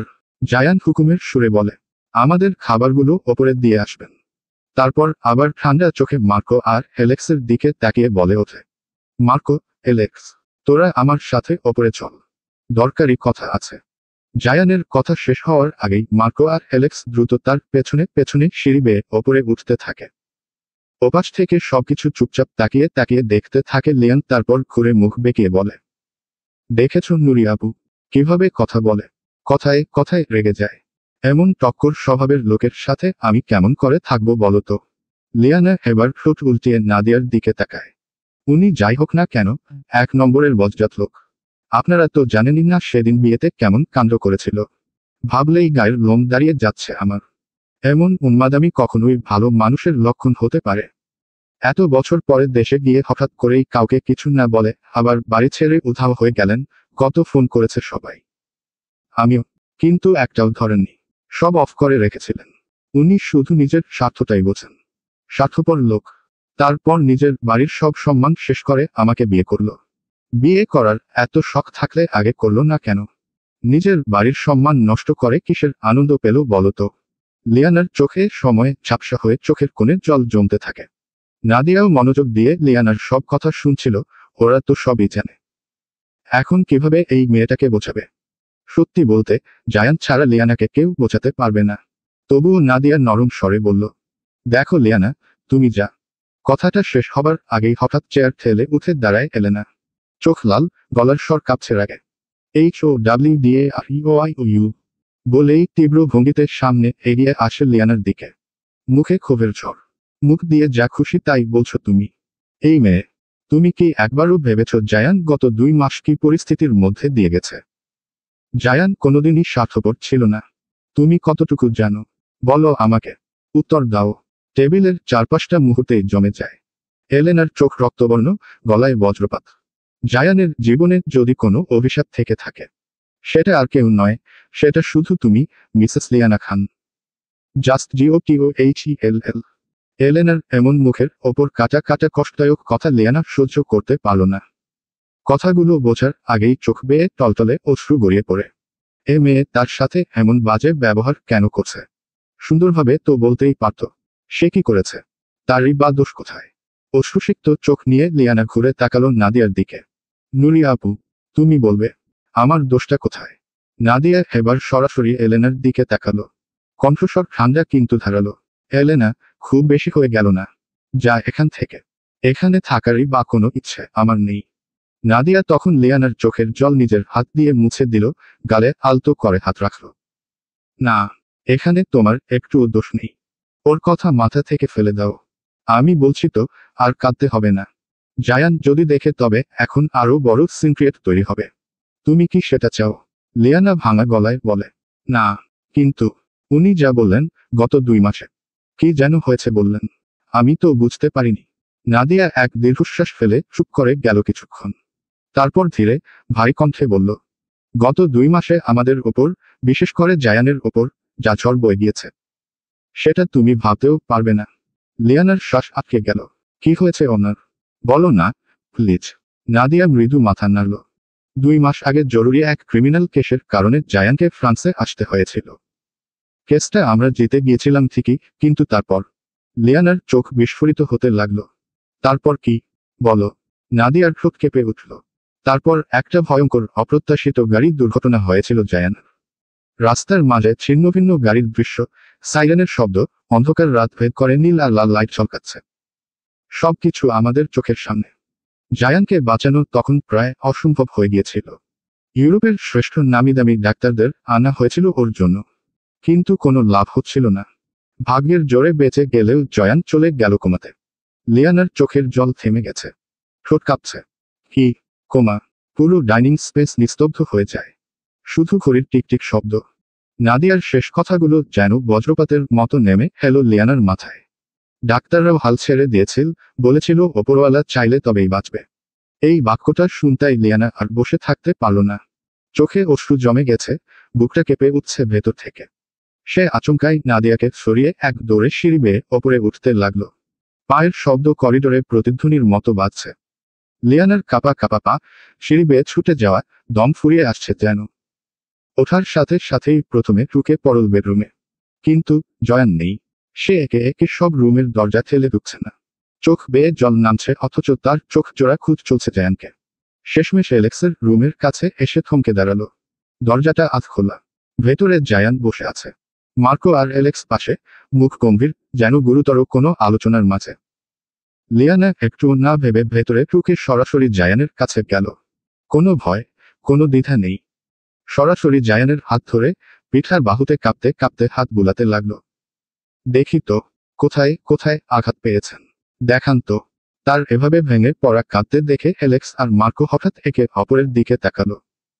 চোখের ইশারায় তারা জনই উঠে দাঁড়ালো। চুপচাপ দরজা টেনে দিল। রুমটা এখন শুধু তাদের দুজন। জায়ান এবার আস্তে আস্তে উঠে দাঁড়ায়, একটানে লিয়ানার হাত চেপে ধরে কিছুক্ষণের জন্য চোখের গভীরে তাকিয়ে থাকে। 1 সেকেন্ড, 2 সেকেন্ড, 3 সেকেন্ড, মাঝখানে শুধু নিস্তব্ধতা। তারপর বলে, কি করছিস? এইভাবে পাগলের মতো কেন করছিস? নিজের ধ্বংস ডেকে আনতে চাইছি। কিন্তু লিয়ানা যেন কোনো কথা শুনছেই না। ওর চোখ শুধু জায়ানের দিকে। শুধু আমাকে দেখতে দিন, শুধু দেখতে দিন। কোথায় আঘাত পেয়েছেন? লিয়ানার এমন পাগলামি দেখে জায়ান হঠাৎ চোখ বন্ধ করে ফেলে। পরের মুহূর্তেই এক ঝটকায় লিয়ানার কোমর জড়িয়ে ধরে টেনে আনে। নিজের বুকের সাথে চেপে ধরে পাশের ঠান্ডা দেওয়ালে ঠেলে দেয়। দেওয়ালের ঠান্ডা স্পর্শে লিয়ানার শরীর কেঁপে ওঠে। শ্বাস দ্রুত হয়ে যাচ্ছে, কাপা কাপা চোখ জায়ানের চোখে আটকে আছে। রুমটা নিস্তব্ধ। বাহিরের হালকা বাতাস পর্দা উড়িয়ে দিচ্ছে, অথচ ভেতরে শ্বাসের ভারী শব্দে চারদিক গুমট। জায়ান লিয়ানার একেবারে সামনে দাঁড়ানো। হাত লিয়ানার দুপাশে দেওয়ালে চেপে ধরে রেখেছে। তার বিশাল শরীরের ছায়া পুরোটা ঢেকে ফেলেছে লিয়ানাকে। জায়ান মুখটা ঝুঁকিয়ে একেবারে কাছে নিয়ে হেলো লিয়ানার। গভীর কাপা কণ্ঠে কানে ফিসফিস করে বলে, ভয়ে পাচ্ছিস না? এত সাহস বাড়ল কবে থেকে? লিয়ানা কেঁপে উঠল, চোখের জল, ভয়, অস্বস্তি গিলে ফেলে সে জায়ানের পায়ের আঙুল ভর করে উঠে দাঁড়ালো। এক মুহূর্তে তার মুখ ছুঁয়ে দিল জায়ানের গালের কাছে।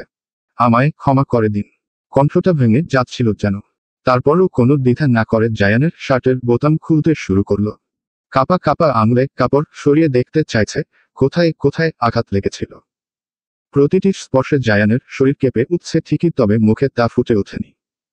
যেন ছুরির ধার লাগছে বুকের ভেতরে, কাটে বিঁধছে। হঠাৎই জায়ান শক্ত গলায় গর্জে উঠল, হাতগুলো আরো জোরে দেওয়ালে চেপে ধরল। তোকে ছিঁড়ে ফেলবো আমি। তোকে আমি ছুঁবো। তুই কেন বারবার এভাবে আমাকে ছুঁয়ে যাচ্ছিস? আমাকে সিডিউস করার চেষ্টা করছিস নাকি? দেখ, মুড আছে, কিন্তু সময় নেই আপাতত। তারপরও লিয়ানা থামল না। আমায় প্লিজ একবার দেখতে দিন, তারপর যা বলবেন সব মানব, শুনব। শুধু একবার, শুধু একবার। জায়ান থমকে দাঁড়ালো। তার চোখের দৃষ্টি লিয়ানার চোখে আটকে গেল। তারপর নিচু গলায় জিজ্ঞেস করে, সব শুনবি? লিয়ানা জায়ানের চোখে চোখ রেখে নিঃশ্বাস গিলে মাথা নাড়ল। হুম। জায়ান ধীরে ধীরে শার্টের বোতাম খুলতে শুরু করলো। প্রথম বোতাম, তারপর দ্বিতীয়, যেন এক একটা বোতাম খোলার সঙ্গে সঙ্গে লুকিয়ে থাকা কোনো নিষিদ্ধতা উন্মোচিত হচ্ছে। আলো আধারির রুমে ঝুলে থাকা ল্যাম্পশেড থেকে আলো গড়িয়ে পড়ছে তার গায়ে। শার্টের কাপড় একটু একটু করে সরে যেতে না যেতেই প্রকাশ পেল জায়ানের ফর্সা বুকের ওপর লম্বা তির্যক দাগ, যেন ধারালো বুলেট টেনে দেওয়া হয়েছে বুকের মাঝ বরাবর। দাগের কিনারা এখনো ফ্যাকাশে লালচে, পুরনো অথচ ভোলার মতো নয়। তার পাঁজরের ডানপাশে ছড়িয়ে আছে গাঢ় নীলচে দাগ, যা একসময় হাড় ভাঙার সাক্ষী। বোতামগুলো খুলতে খুলতে যখন শার্ট পুরোপুরি আলগা হলো, তখন আলোয় স্পষ্ট হয়ে উঠল পিঠের গভীর ক্ষতচিহ্ন, দুই কাঁধের মাঝ বরাবর এক বিকৃত রেখা, যেন আগুনে পোড়া চামড়া জমাট বেঁধে আছে। সেই দাগগুলো শুধু শরীরে নয়, তার অস্তিত্বেই খোদাই হয়ে আছে। এক মুহূর্তের জন্য রুমটা নিস্তব্ধ হয়ে পড়ল, সাথে লিয়ানাও। লিয়ানার মনে হচ্ছিল বুক ফেটে হৃৎপিণ্ড বেরিয়ে যাবে, এমন ভয়ঙ্কর দৃশ্য সহ্য করার মতো শক্তি তার নেই।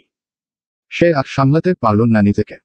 হঠাৎ করেই চাপিয়ে পড়ল জায়ানের বুকে, শক্ত করে জড়িয়ে ধরল তাকে। চোখের জলে ভিজে যাচ্ছিল জায়ানের বুক। গলায় শব্দ আটকে যাচ্ছিল, তবু নিঃশব্দ কান্নার ঝড়ে কেঁপে উঠছিল লিয়ানা। যেন শব্দহীন আর্তনাদ। এদিকে জায়ান দাঁত চেপে মুঠি শক্ত করে সবকিছু দমিয়ে রাখছিল। দাগগুলোতে কোনো যন্ত্রণা ছিল না, কিন্তু লিয়ানার এভাবে কাঁদা, তার বুকের ভেতর মাথা গুজে ভেঙে পড়া ক্ষতচিহ্নগুলোর আঘাত, তার তেমন কোনো ব্যথা অনুভূত না হলেও লিয়ানার করা প্রতিটা স্পর্শ তার হৃদয়ে ঠিকই বর্ষর ভাবে আঘাত করেছে। এটা তাকে ভেতর থেকে অগ্নিগর্ভ যন্ত্রণায় দগ্ধ করছিল।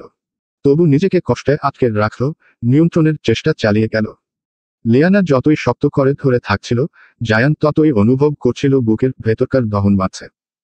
শেষে আর সহ্য করতে না পেরে হঠাৎ করেই তার হাত বাড়িয়ে দেয়, লিয়ানার হাতগুলো শক্ত করে ধরে সরিয়ে দিল নিজের থেকে। চোখে ঝড় জমে উঠেছে। এক ঝটকায় লিয়ানাকে নিজের সামনে টেনে নিল আরো, লিয়ানার গলার কাছটা শক্ত করে চেপে ধরল। তার চোখে সেই অন্ধকার ঝড়, গলায় গুমরে ওঠা দমবন্ধতা, একটা দৃষ্টি যা বলে দিচ্ছিল, আমার দুর্বলতা হয়ে যাস না, তুই তো আমার সবচেয়ে বড় যন্ত্রণা। তারপর মুহূর্তেই জায়ানের ঠোঁটের কোণে ধীরে ধীরে টেনে আনা একরকম বাঁকা হাসি, যেন ভেতরের থাকা পাথরের ন্যায় বস্তুটা অবশেষে কথা বলতে শিখেছে। কণ্ঠস্বর নিচু, ভারী, কিন্তু প্রতিটা শব্দ যেন রুমে বাজতে থাকা বজ্রপাতের মতো। যেদিন আমি তোকে চাইব আমার মতো করে, সেদিন তুই না বলার সাহসও পাবি না। হঠাৎ তার পদক্ষেপ এগিয়ে এলো, চোখের দৃষ্টি কেটে যাচ্ছে ব্লেডের মতো ধারালো হয়ে।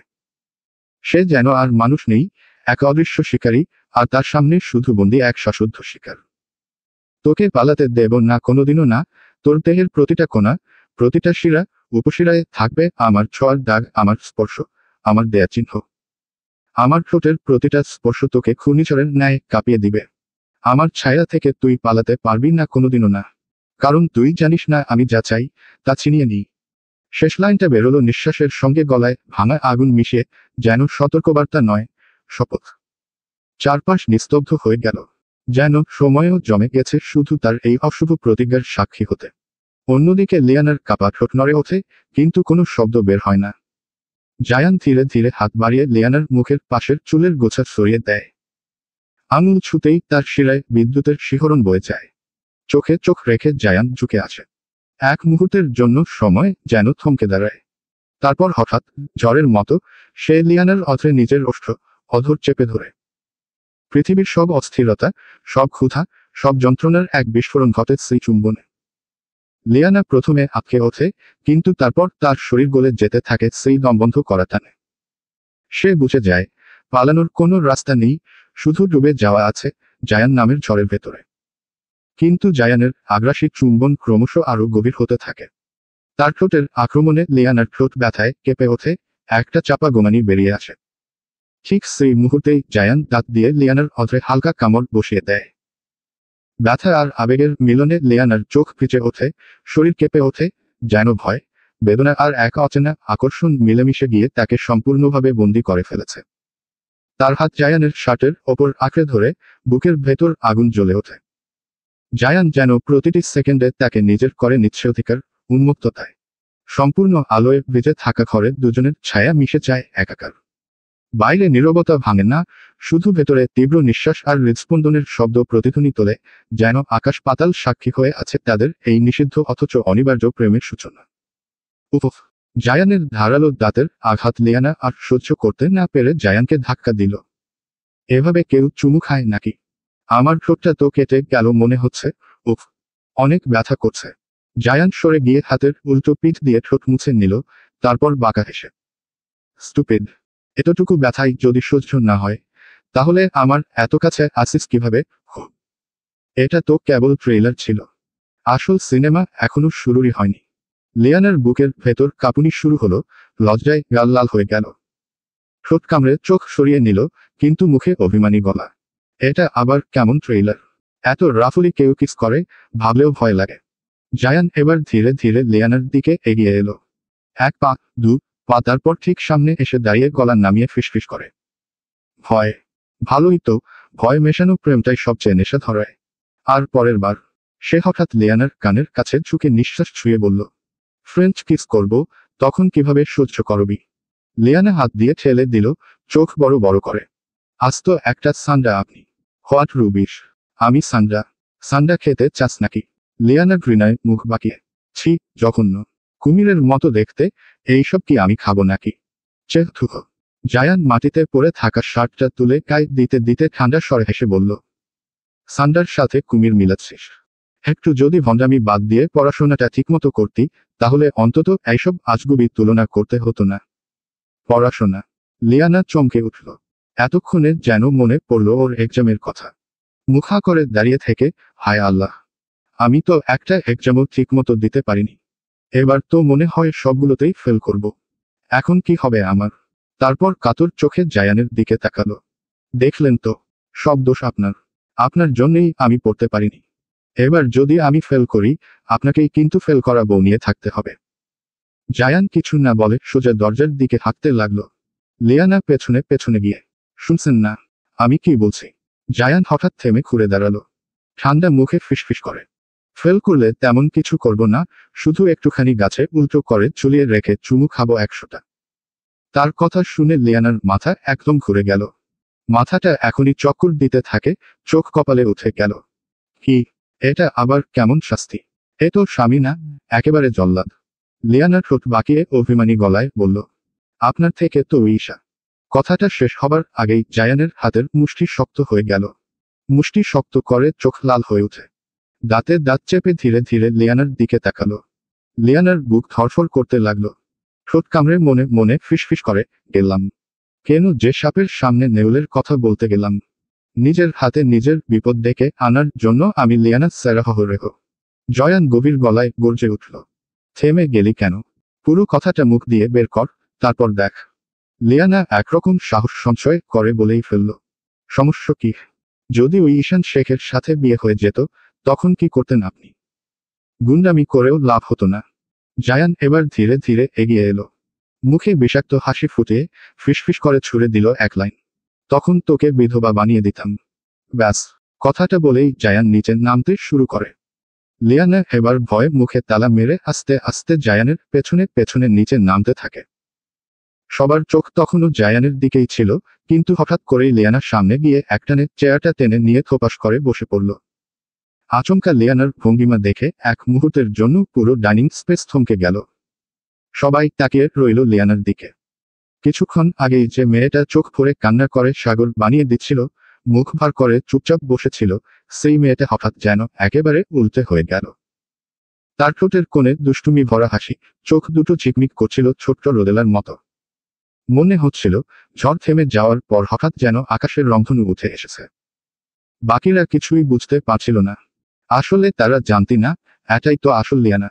স্বভাবেই সে দুষ্টু, মিষ্টি, চঞ্চল এক প্রাণচঞ্চল মেয়ে। কয়েক মাস ধরে মন খারাপ থাকায় সে নিজের মতো করে হাসিখুশি থাকতে পারছিল না। আজ এতদিন পর যেন বুক ভরে নিঃশ্বাস নিচ্ছে, আর সেই প্রাণবন্ত স্বভাবটাই ফিরে এসেছে চোখে মুখে। তারপর লিয়ানা এবার সরাসরি মার্কোর দিকে তাকিয়ে কৌতূহলী গলায় বলল, মাহতাব ভাইয়া, আপনার বয়স কত? 29+ কেন? লিয়ানা আবার ঝটপট বলে উঠল, এখনো বিয়ে করছেন না কেন? বুড়ো হয়ে যাচ্ছেন তো। আমার কাছে অনেক ভালো ভালো মেয়েদের সন্ধান আছে, চাইলে আপনার বিয়ের ঘটকালি আমি করে দিতে পারি। বলেই মিষ্টি দুষ্টু ভঙ্গিতে মিটমিট করে হেসে ফেলল লিয়ানা। লিয়ানার কথা শুনেই অ্যালেক্স সঙ্গে সঙ্গেই সামনে এগিয়ে এসে মুখ গম্ভীর করে বলে ওঠে, আরে তুমি ওর কথা বাদ দাও তো, তুমি আমার জন্য মেয়ে দেখো। লিয়ানা চোখ বড় বড় করে তাকালো, আপনি করবেন?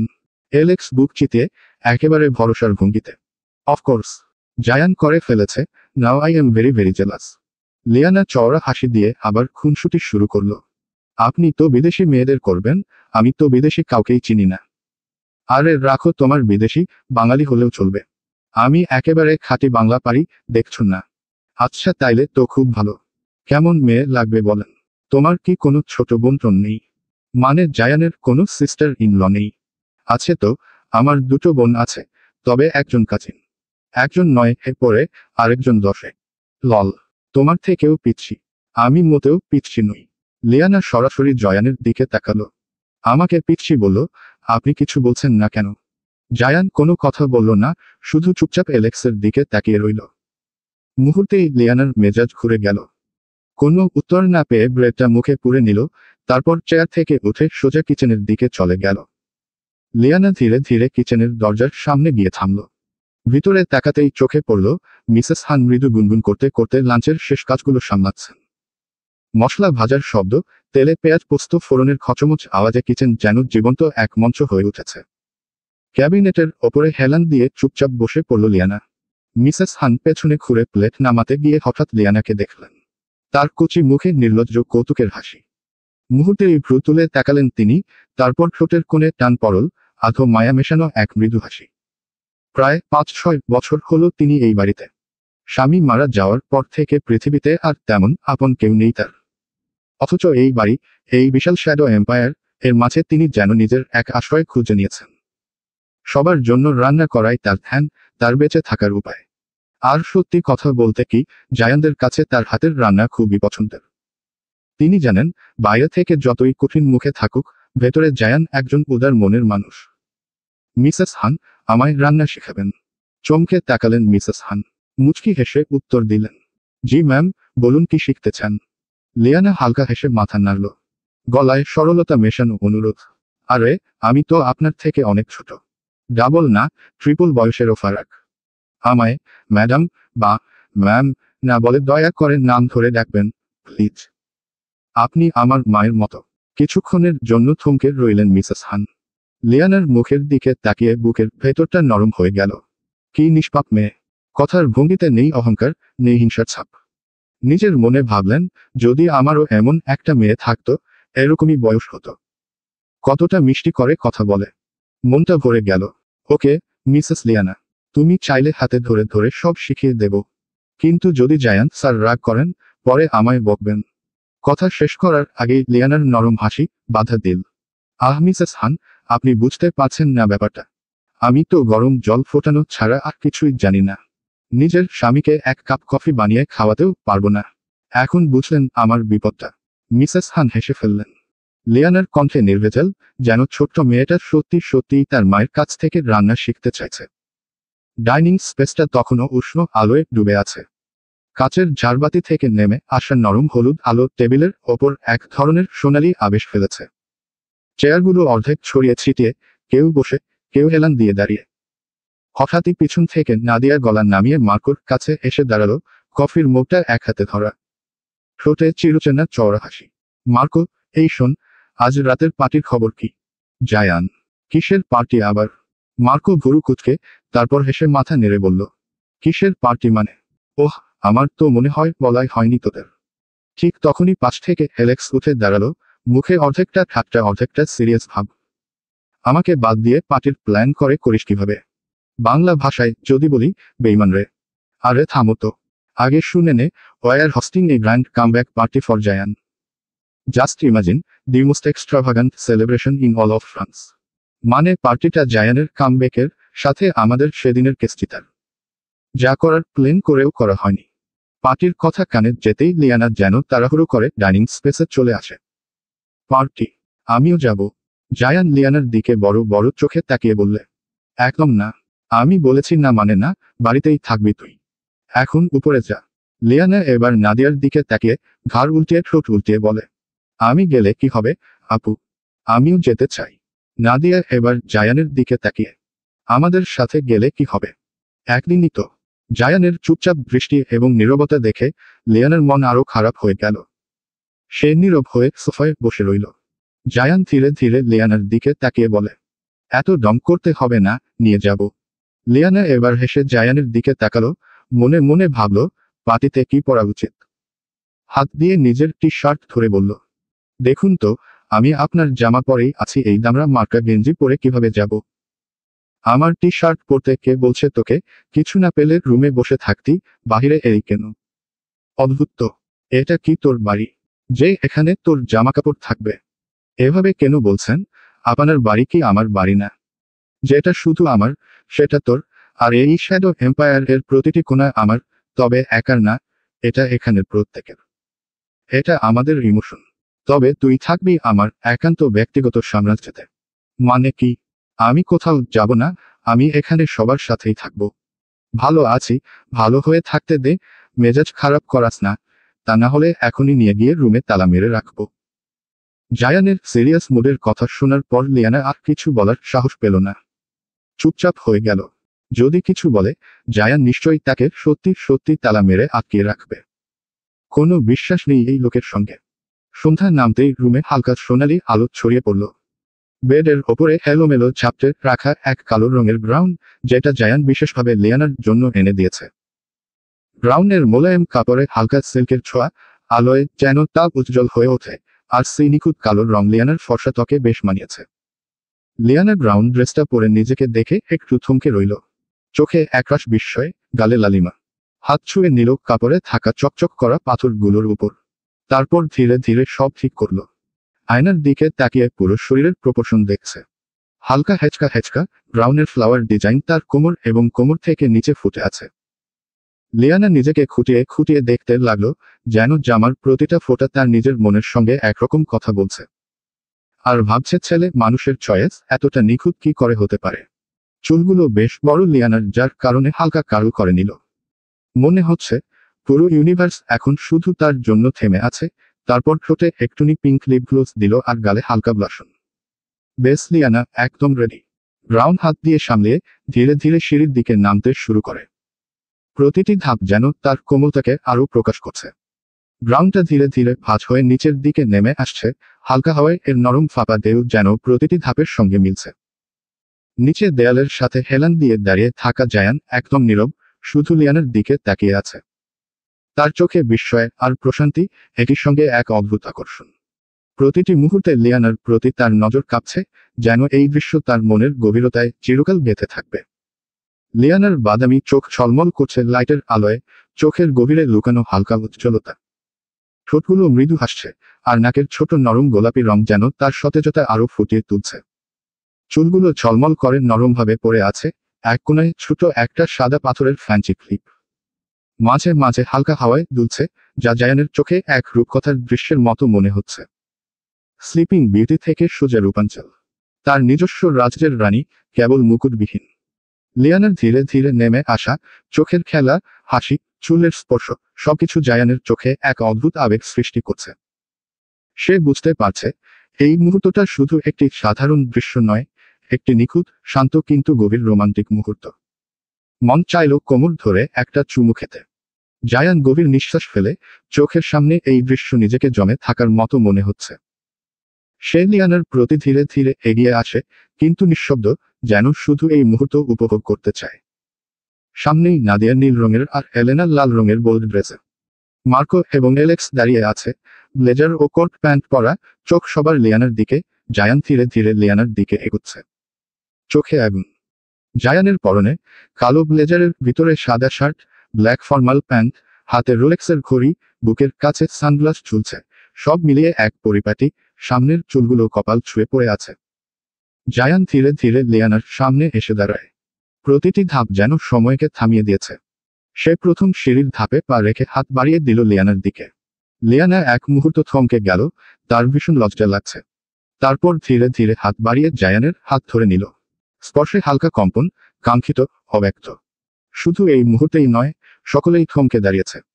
তাদের চোখের খেলা, হাতের স্পর্শ এবং শরীরের ভাষা যেন পুরো পরিবেশকে রোমান্টিক এবং গভীরভাবে নাটকীয় করে তুলেছে। তারপর সকলে একসাথে স্যাডো এম্পিয়ার এর গেট পেরিয়ে গাড়িতে উঠে পড়ল, সাথে কয়েকজন বডিগার্ডও পিছনে আরেকটি গাড়িতে উঠে পড়ে। স্থান ম্যান্সি, চেটো দে ভিউএক্সলি ভিকম্ট, 1658-1661 সালে নির্মিত। ফ্রান্সের এক অনন্য, বিলাসবহুল ও ঐতিহাসিক প্রাসাদ, যাকে বলা হয় ভার্সাইলেসের প্রেরণা। এটি 17তম শতাব্দীর মাঝামাঝি সময়ে নির্মিত, মূলত নিকোলাস ফুকে নামের এক ফরাসি অর্থমন্ত্রীর জন্য। স্থপতি লুই লে ভাউ, ল্যান্ডস্কেপ ডিজাইনার আন্দ্রে লেনোত্রে আর বিখ্যাত চিত্রশিল্পী শার্ল লেব্রো, এই তিনজন কিংবদন্তি শিল্পীর সহযোগিতায় তৈরি হয়েছিল এই অসাধারণ প্রাসাদ। রাতের আকাশে হালকা নীলাভ ধোঁয়া ছড়িয়ে আছে, আর চেটো দে ভিউএক্সলি ভিকম্ট রোড সিলুয়েট দূর থেকে লাইটের ঝলকানি দিয়ে আলোকিত। প্রবেশদ্বারের চারপাশে সোনালি লাইটের সারি ঝিলমিল করছে যেন রাজকীয় স্বপ্ন। ভেতরে ঢুকতেই বিশাল হোলের সিলিং থেকে ঝরছে বিশাল ক্রিস্টাল চ্যান্ডেলিয়ার, প্রতিটি ঝলকানি যেন কোনো গল্পের অংশ হয়ে পড়েছে। ফর্মাল বাগানগুলোতে জ্যামিতিক পথে হাঁটছে অতিথিরা, সুপার ফর্মাল ফরাসি বাগানের সঙ্গে মিল রেখে সোনার আলোতে ভাসছে। জায়গার প্রতিটি কর্নারে সজ্জা, মোমবাতি, ফুল, ছোট ছোট ফোয়ারা আর থিম অনুযায়ী আলো, সবকিছু একসঙ্গে মিলিয়ে এক অপূর্ব রাজকীয় আবহ তৈরি করছে। ফ্রান্সের বড় বড় সামাজিক ও ব্যবসায়িক লিজেন্ড, বিলিয়নিয়ার, শিল্পী ও রাজনৈতিক নাম, সবার চোখে ছাপ পড়ার মতো ধরন, কেউ কেউ হালকা হাসি, কেউ কেউ চোখের রহস্যের ঝলক, সব মিলিয়ে পার্টির অভ্যন্তরকে মনে হয় যেন কোনো সিনেমার সেট। সকল বড় বড় ফেমাস ম্যান উইমেনরা এখানে আমন্ত্রিত। একদিকে বাগানের সুইমিং পুলের জলপ্রপাত, অন্যদিকে কাচের আলো ছাপিয়ে ঝলমল করছে। তখনই কালো রঙের বেশ কয়েকটি বিলাসবহুল কার এসে দাঁড়ায়, একে একে মার্কোরা, সকলের নামে গাড়ি থেকে। শেষে জায়ান বের হয়, কারের ডোর ওপেন করে, অপর পাশে গিয়ে গাড়ির ডোর খোলে, হাত বাড়িয়ে দাঁড়ায়। জায়ানের হাত ধরে নেমে আসে Liana Khan, wife of Zayan খান। দূর থেকে ডিজে মিউজিকের সুর কানে ভেসে আসে। Brazil, Morocco, London two আইবিজা, strike two লা, new York, বিগেস two Africa. Dance the night away, live your life and stay young on the floor. Dance the night away, grab somebody, drink a little more. লালালা আলালালা। Zayan গাড়ি থেকে নেমেই একদম সোজা ভেতরের দিকে হাঁটা শুরু করলো। কারো দিকে তাকালো না। জায়ানকে দেখে ভিতরে থাকা গেস্টরা অভিনন্দন জানালো, কেউ মাথা নুয়ে অভিবাদন জানালো, তবে কেউ তার সাথে কুশল বিনিময় করলো না, আর না করলো হ্যান্ডশেক, কেননা জায়ানের এইসব পছন্দ না। বরাবরের মতোই নির্বিকার, কারো দিকে তাকালো না, কোনো সৌজন্যের বিনিময় করলো না। সবাই জানে তার কাছ থেকে এসবের আশা করাই বৃথা। লিয়ানা এদিকে ভারী গাউন সামলাতে গিয়ে হিমশিম খাচ্ছিল। গাড়ি থেকে নামার পর যখন দেখল জায়ান তাকে ফেলে রেখেই ভেতরে ঢুকে গেছে, মুখটা কেমন যেন শক্ত হয়ে গেল তার। ঠিক তখনই পিছনের গাড়ি থেকে নেমে এল নাদিয়া। দ্রুত পা বাড়িয়ে লিয়ানার কাছে গিয়ে তার হাতটা ধরে নিল। চলো। লিয়ানা জায়ানের উপর রাগ করে জোর করে হলেও এক চিলতে হাসি দিল। নাদিয়ার হাত ধরে গাউন সামলে সে ভেতরের দিকে এগিয়ে গেল। পেছনে বাজতে থাকা মিউজিক আর চারপাশের আলোয় তাদের জনকে একসাথে ঢুকতে দেখে অতিথিদের চোখ অনায়াসেই সেদিকে গিয়ে থামল। পার্টির হলঘরটা আলো ঝলমল, চারদিকে শুধু নামি দামি মানুষ। দেশের বিদেশের বড় বড় ব্যক্তিত্ব সবাই আমন্ত্রিত। সবাই সবার চেনা পরিচিত মুখ। অথচ তাদের দৃষ্টি একসাথে গিয়ে আটকালো এক জায়গায়। লিয়ানা, গাঢ় কালো গাউন পরা, বয়সে খুবই অল্প। এত বড় আয়োজনে এমন কুচি মুখ দেখে সবার ভেতরে কৌতূহল জাগল। বিদেশে তো 18-19 বছরের ছেলে মেয়েকে এখনো টিনেজ ধরা হয়। সেই হিসেবেই লিয়ানাকেও সবাই সেভাবেই দেখছিল। একে অপরের সাথে ফিসফিস করে বলাবলি শুরু হলো। কে এই মেয়ে? দেখতে তো বাঙালির মতোই লাগছে। হয়তো কোন স্পেশাল কেউ। চোখের মনি বাদামি রং, ত্বক ধবধবে ফর্সা। যেভাবে লিয়ানা সবার সামনে দাঁড়িয়ে আছে, তাতে তার ভেতরের লাজুকতা লুকালেও বাইরের আভায় তা স্পষ্ট বোঝা যাচ্ছিল। একজন ফিসফিস করে বলল, যেহেতু জায়ান খানের পার্টি, আর মেয়েটিও স্পষ্টই বাঙালি, তবে নিশ্চয়ই জায়ান খানের নিজের কেউ হবে। কিন্তু সঙ্গে সঙ্গেই আরেকজন ঠোঁটে চাপা হাসি টেনে বলল, জায়ান খানের পরিবার আছে, এমন কথা তো আজ পর্যন্ত কেউ শুনেনি। তিনি নিজেও কখনো প্রকাশ করেননি। আদৌ কিছু আছে নাকি নেই, কে জানে। এই রহস্যময় কৌতূহলের ভেতরেই লিয়ানার দিকে সবার চোখ নিবন্ধ হয়ে রইল। যেন অচেনা অথচ অবধারিতভাবে গুরুত্বপূর্ণ এক চরিত্র হঠাৎ করে প্রবেশ করেছে তাদের জগতে। সবার দৃষ্টি যখন তার দিকে স্থির হয়ে রইল, লিয়ানার বুকের ভেতর কেমন একটা অস্বস্তি দানা বাঁধল। যেন চারপাশের আলো, মানুষজন, সবার কৌতূহলী চোখ তাকে হঠাৎ আরো ছোট্ট করে ফেলল। অথচ তার স্বামী জায়ান খান পার্টিতে এসে একবারও যেন তাকে খেয়াল করার ফুরসত নেই। মুখ গম্ভীর করে বিদেশি অতিথিদের সঙ্গে এমনভাবে কথা বলে চলেছে, যেন এটাই তার আসল পৃথিবী। লিয়ানা মনের ভেতর গোজগোজ করল, থাক, আমি নিজে থেকেও ওনার কাছে যাব না। না হলে উল্টো ওনার মেজাজ খারাপ হয়ে গেলে আমাকে টেনে নিয়ে বেরিয়ে যাবে পার্টি থেকে। পুরো পার্টি মুড নষ্ট হবে। এমনটা ভেবেই লিয়ানা ধীরে ধীরে একা একা চারপাশে তাকাতে শুরু করলো। কিন্তু তখনই খেয়াল করলো, নাদিয়াও তাকে ছেড়ে সরে গেছে। এক কোণে দাঁড়িয়ে এক ফরাসি মেয়ের সঙ্গে আড্ডায় ব্যস্ত। এদিকে চারদিকে সবার হাতের দামি হুইস্কি, ওয়াইন কিংবা বিদেশি বিয়ার। হাসাহাসি, গল্প, ঠাট্টা চলছে। অথচ লিয়ানার হাত শূন্য। কোণের এক পাশে এসে চুপচাপ বসে রইল সে। কার সঙ্গে বা কথা বলবে? ইংরেজি তো বলতে পারে না, ফরাসি তো আরো দূরের কথা। তাই মুখ বন্ধ করে বসে থাকাই এখন নিরাপদ ভাবছে। কিন্তু এই নীরবতা, এই চুপচাপ বসে থাকা, এটা একেবারেই তার স্বভাব নয়। ভেতরে ভেতরে অস্থির লাগতে শুরু করলো। কতক্ষণ আর এভাবে চুপচাপ বসে থাকা যায়? সে তো বাচাল, মুখ না খুলে কি থাকা যায়? মুখে যদিও কোনো কথা নেই, চোখে মুখে স্পষ্ট বোঝা যাচ্ছিল, ভেতরে ভেতরে লিয়ানা টকবক করে ফুটছে। কিছুক্ষণের মধ্যেই হঠাৎ এলেনা মাইকে ঘোষণা দিল, এবার শুরু হবে বলরুম ড্যান্স। বলার সঙ্গে সঙ্গেই বিশাল হলঘরটা অন্ধকার হয়ে গেল। মুহূর্তেই মাথার ওপর থেকে নামতে লাগলো রঙিন আলো, মিউজিক বদলে গিয়ে বাজতে লাগলো ধীর, রোমান্টিক সুর। সবাই যেন এই মুহূর্তটার অপেক্ষায় ছিল। যে যার মতো সঙ্গী বেছে নিয়ে ফ্লোরে নামলো। মার্কো হাত বাড়িয়ে নাদিয়াকে টেনে নিল কাছে, আর নাদিয়া হেসে তার বাহুতে জায়গা নিল। এদিকে অ্যালেক্স আর হেলেনা একসাথে জুটি বাঁধল, চোখাচোখি, হালকা ঘূর্ণন, পুরোপুরি সিনেমার দৃশ্যের মতো।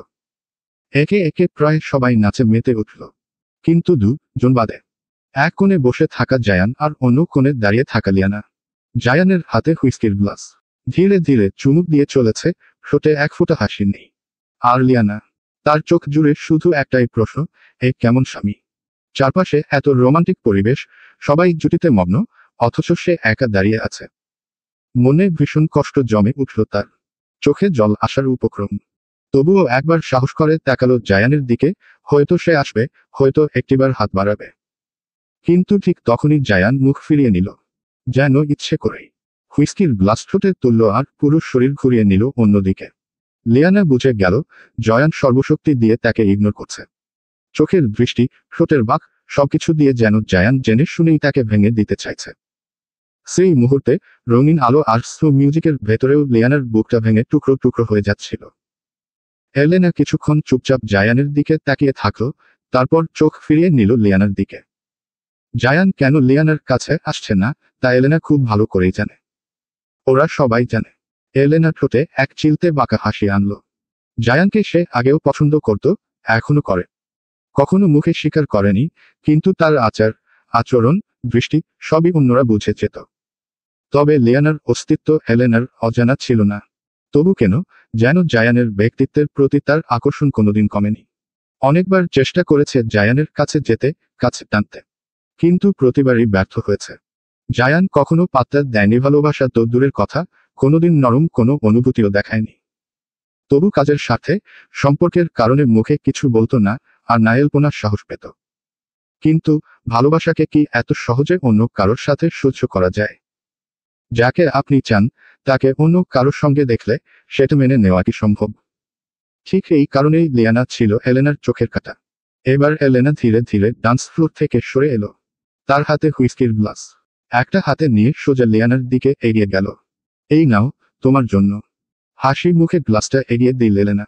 লিয়ানা অবাক হয়ে কিছুক্ষণ তার দিকে তাকালো। এত মিষ্টি করে হঠাৎ কথা বলছে কেন উনি? মনে মনে প্রশ্ন করল, কিন্তু মুখে কিছু বলল না।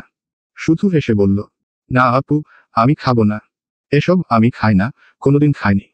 তুমিই খাও। আরে এটা তো মদ নয়। তাহলে কি? সাধারণ ড্রিঙ্কস। আমি কি তোমাকে মদ খাওয়াবো নাকি? পরে জায়ান জানলে আমাকেই তো বকাঝকা করবে। লিয়ানা একটু থমকালো। সে সরল মন, সহজ বিশ্বাসী। ভাবল, যেহেতু এলেনা আপু বলছে, তাহলে নিশ্চয়ই মদ নয়। মনে মনে দ্বিধা থাকলেও হাসিমুখে গ্লাসটা হাতে নিল লিয়ানা। তারপর এক টোকে পুরোটা খেয়ে নিল। খেতেই মাথাটা কেমন যেন চিম ধরে উঠল, দুনিয়াটা একটু দুলে উঠল তার চোখের সামনে। এলেনার সুযোগটা হাতছাড়া করল না, ঝটপট আরেকটা গ্লাস এগিয়ে দিল। কেমন যেন অচেতন ভঙ্গিতে লিয়ানা সেটা নিয়েও খেল। তারপর আরেকটা, আবার আরেকটা। 4 গ্লাস নামিয়ে দেওয়ার পরেই হেলেনা দুষ্টু হাসি দিল, চোখে যেন শয়তানি ঝিলিক। নিজের কাজ শেষ করে বিজয়ীর ভঙ্গিতে ভিড়ের মধ্যে হেঁটে চলে গেল সে। অন্যদিকে লিয়ানার শরীর তখন সম্পূর্ণ ভেসে গেছে মদের ঝড়ে। মাথাটা দুলছে, চোখ আধো ঝাপসা, পা টলমল করছে। কোন রকমে ভিড় ঠেলে হাঁটতে হাঁটতে সে চলে গেল সুইমিং পুলের ধারে। চারপাশে তাকিয়ে একবার, দুবার খুঁজতে লাগলো জায়ানকে। কোথাও নেই। দাঁড়িয়ে থাকতে পারছিল না আর। মনে হচ্ছিল এখনই বুঝি পড়ে যাবে পানির ভেতরে। ঠিক তখনই হঠাৎ সামনে এসে দাঁড়ালো এক ফরাসি পুরুষ, অচেনা, অপরিচিত, আর লিয়ানার ঝাপসা চোখে আরো রহস্যময়ী। লোকটার দৃষ্টি ভয়ানক খারাপ। বাজে নজরে লিয়ানার দিকে তাকিয়ে আছে। লিয়ানার চোখ তখন আধো ঝাপসা, মুখটা পরিষ্কার বোঝা যাচ্ছে না, তবুও সে ভয়ে এক ধাপ পিছিয়ে গেল। লোকটা বুঝতে পারল লিয়ানা বিদেশি, এই দেশের না। তাই ইংরেজিতে তার নাম জিজ্ঞেস করতে লাগলো, সামনে এগিয়ে আসতে লাগলো। লিয়ানা পিছুতে লাগলো, একের পর এক। ঠিক তখনই মাথা ঘুরে ভারসাম্য হারিয়ে প্রায় পড়ে যাচ্ছিল। মুহূর্তের মধ্যে সামনে এসে দাঁড়ালো জায়ান। এক হাতে লিয়ানাকে শক্ত করে ধরে দাঁড় করালো, আরেক হাতে ঝটকা দিয়ে লোকটার কবজি চেপে ধরল। জায়ান দূর থেকে লিয়ানাকে না পেয়ে খুঁজতে খুঁজতে এখানে এসে পৌঁছেছিল। কিন্তু এমন দৃশ্য চোখে পড়তেই তার পায়ের রক্ত মাথায় উঠে গিয়েছে। এক নিমিষের সজোরে খুশি মারল লোকটার নাক বরাবর। তীব্র আঘাতে লোকটার নাক ফেটে রক্ত ছিটকে পড়ল। সে সামলে উঠবার আগেই জায়ান কলার চেপে ধরে প্রচণ্ড গর্জে উঠল, son of a bitch, how dare you, she is my wife. Zayan খানের বউ সে। সাহস হলো কিভাবে ওকে স্পর্শ করতে চাওয়া। চোখ লাল, মুখ রক্তিম, জায়ান যেন মুহূর্তেই আগুন হয়ে উঠল। কুত্তার বাচ্চা, তোকে এখানেই জ্যান্ত পুঁতে ফেলবো। চারদিকের অতিথিরা হইচই ফেলে নিজেদের পার্টি থামিয়ে এখন ভিড় করে জড়ো হয়েছে সুইমিং পুলের পাশে। সকলের দৃষ্টি এখন জায়ান আর সেই ফরাসি ছেলেটার দিকে। জায়ান যেন বজ্রপাতের মতো গর্জে উঠল। এতদিন যে মানুষটা নিজের বিয়ের খবর আড়ালে রেখেছে, যে স্ত্রীকে সঙ্গে নিয়ে এসেও কাউকে পরিচয় করায়নি, সেই হঠাৎ করে সবার সামনে সিংহের মতো দাঁড়িয়ে নিজের স্ত্রীর পরিচয় দিয়ে উঠল। তার গলা যেন বাজছে, সে আমার বউ, জায়ান খানের বউ। যেন রাজ্য রক্ষায় সিংহ গর্জে উঠছে। মুহূর্তেই হলঘর কেঁপে উঠল জায়ানের চিৎকারে। চারদিক থেকে অতিথিদের ফিসফিসানি ভেসে আসতে লাগলো। সবাই একে অপরের দিকে তাকিয়ে বিস্ময় আর অবিশ্বাস নিয়ে। ওই ছোট্ট মেয়েটা নাকি জায়ান খানের বউ। অসম্ভব, এত বাচ্চা বয়স। সুন্দর তো বটেই, কিন্তু ওনার মতো ফেমাস বড় মাপের মানুষ এমন কম বয়সী মেয়েকে বিয়ে করলো। তাদের কাছে ব্যাপারটা অদ্ভুত, এমনকি কিছুটা হাস্যকরও লাগলো। কারণ এই দেশে তো এত অল্প বয়সে বিয়ে হয় না, ওদের সংস্কৃতিতে এটা একেবারেই অচিন্তনীয়। তার ওপর লিয়ানা তখন টলমল করছে, চোখ আধো বুজে, মাতালের মতো দাঁড়িয়ে। সবাই কৌতূহলী চোখে তাকিয়ে রইল তার দিকে, আর ফিসফিসিয়ে গসিপ ছড়াতে লাগলো মুহূর্তের মধ্যে। তবে জায়ানের এমন রেগে যাওয়া নতুন কিছু না। এর আগেও কতবার রাগের মাথায় কতজনকে হাসপাতালে পাঠিয়েছে সে, এই খবর সবার কাছেই শোনা। তাই আজকের এই বিস্ফোরণ যেন তাদের কাছে বিয়ের ব্যাপারটাই অকল্পনীয়। জায়ানের চোখে তখন শুধু আগুন। অনবরত ঘুষি বর্ষণ করছে লোকটার মুখে। চারপাশে কেউ তাকে থামানোর সাহস করছে না। লোকটা হাতজোড় করে প্রাণ ভিক্ষা চাইছে, কিন্তু জায়ান থামছে না। এক পর্যায়ে সে লোকটাকে মাটিতে ফেলে তার গলার ওপরে পা চাপিয়ে দেয়, নিজের পা দিয়ে গলা পিষে ধরে। যার ফলে গলায় আর নাক বেয়ে রক্ত গড়িয়ে পড়ে শ্বাস বন্ধ হয়ে আসে। এই দৃশ্য দেখে লিয়ানা ভয় মুখ চেপে ধরল। মাথায় ঠিকঠাক কিছু কাজ করছিল না, শুধু ডুলতে ডুলতে জায়ানের কাছে এসে কাপা হাতে তার শার্টের কোনা ধরল। কাপা গলায় ফিসফিস করে বলল, ছাড়ুন, মরে যাবে তো। জায়ান লোকটাকে এক লাথি মেরে সোজা সুইমিং পুলে ছুঁড়ে ফেলে দেয়। চারপাশের জল ছিটকে উঠে। তারপর সে ঘুরে দাঁড়িয়ে লিয়ানার দিকে তাকায়। মুহূর্তেই তার হাত বাড়িয়ে লিয়ানার গাল শক্ত করে চেপে ধরে গর্জে ওঠে। তোর সাহস হলো কিভাবে এসব খাওয়ার? আমার কাছ থেকে একবারও অনুমতি নিয়েছিস? তোর এই সাহস দেখে মনে হয় নিজের গালেই নিজে থাপ্পড় মারি। লিয়ানা তখনও আধো মত্ত, আধো হাসি দিয়ে ফিসফিস করে বলল, আরে কিছুই তো খাইনি, একটু জুস খেয়েছি, একদম রাখবেন না। কথাটা শেষ করার আগেই তার মাথা ঘুরে গেল। ধীরে ধীরে মাথাটা হেলে পড়ল জায়ানের বুকের ওপর। জায়ান একটুও দেরি না করে তাকে নিজের কোলে তুলে নিল। চারপাশের মানুষদের দৃষ্টি উপেক্ষা করে সোজা বড় বড় পদক্ষেপে গাড়ির দিকে এগিয়ে গেল।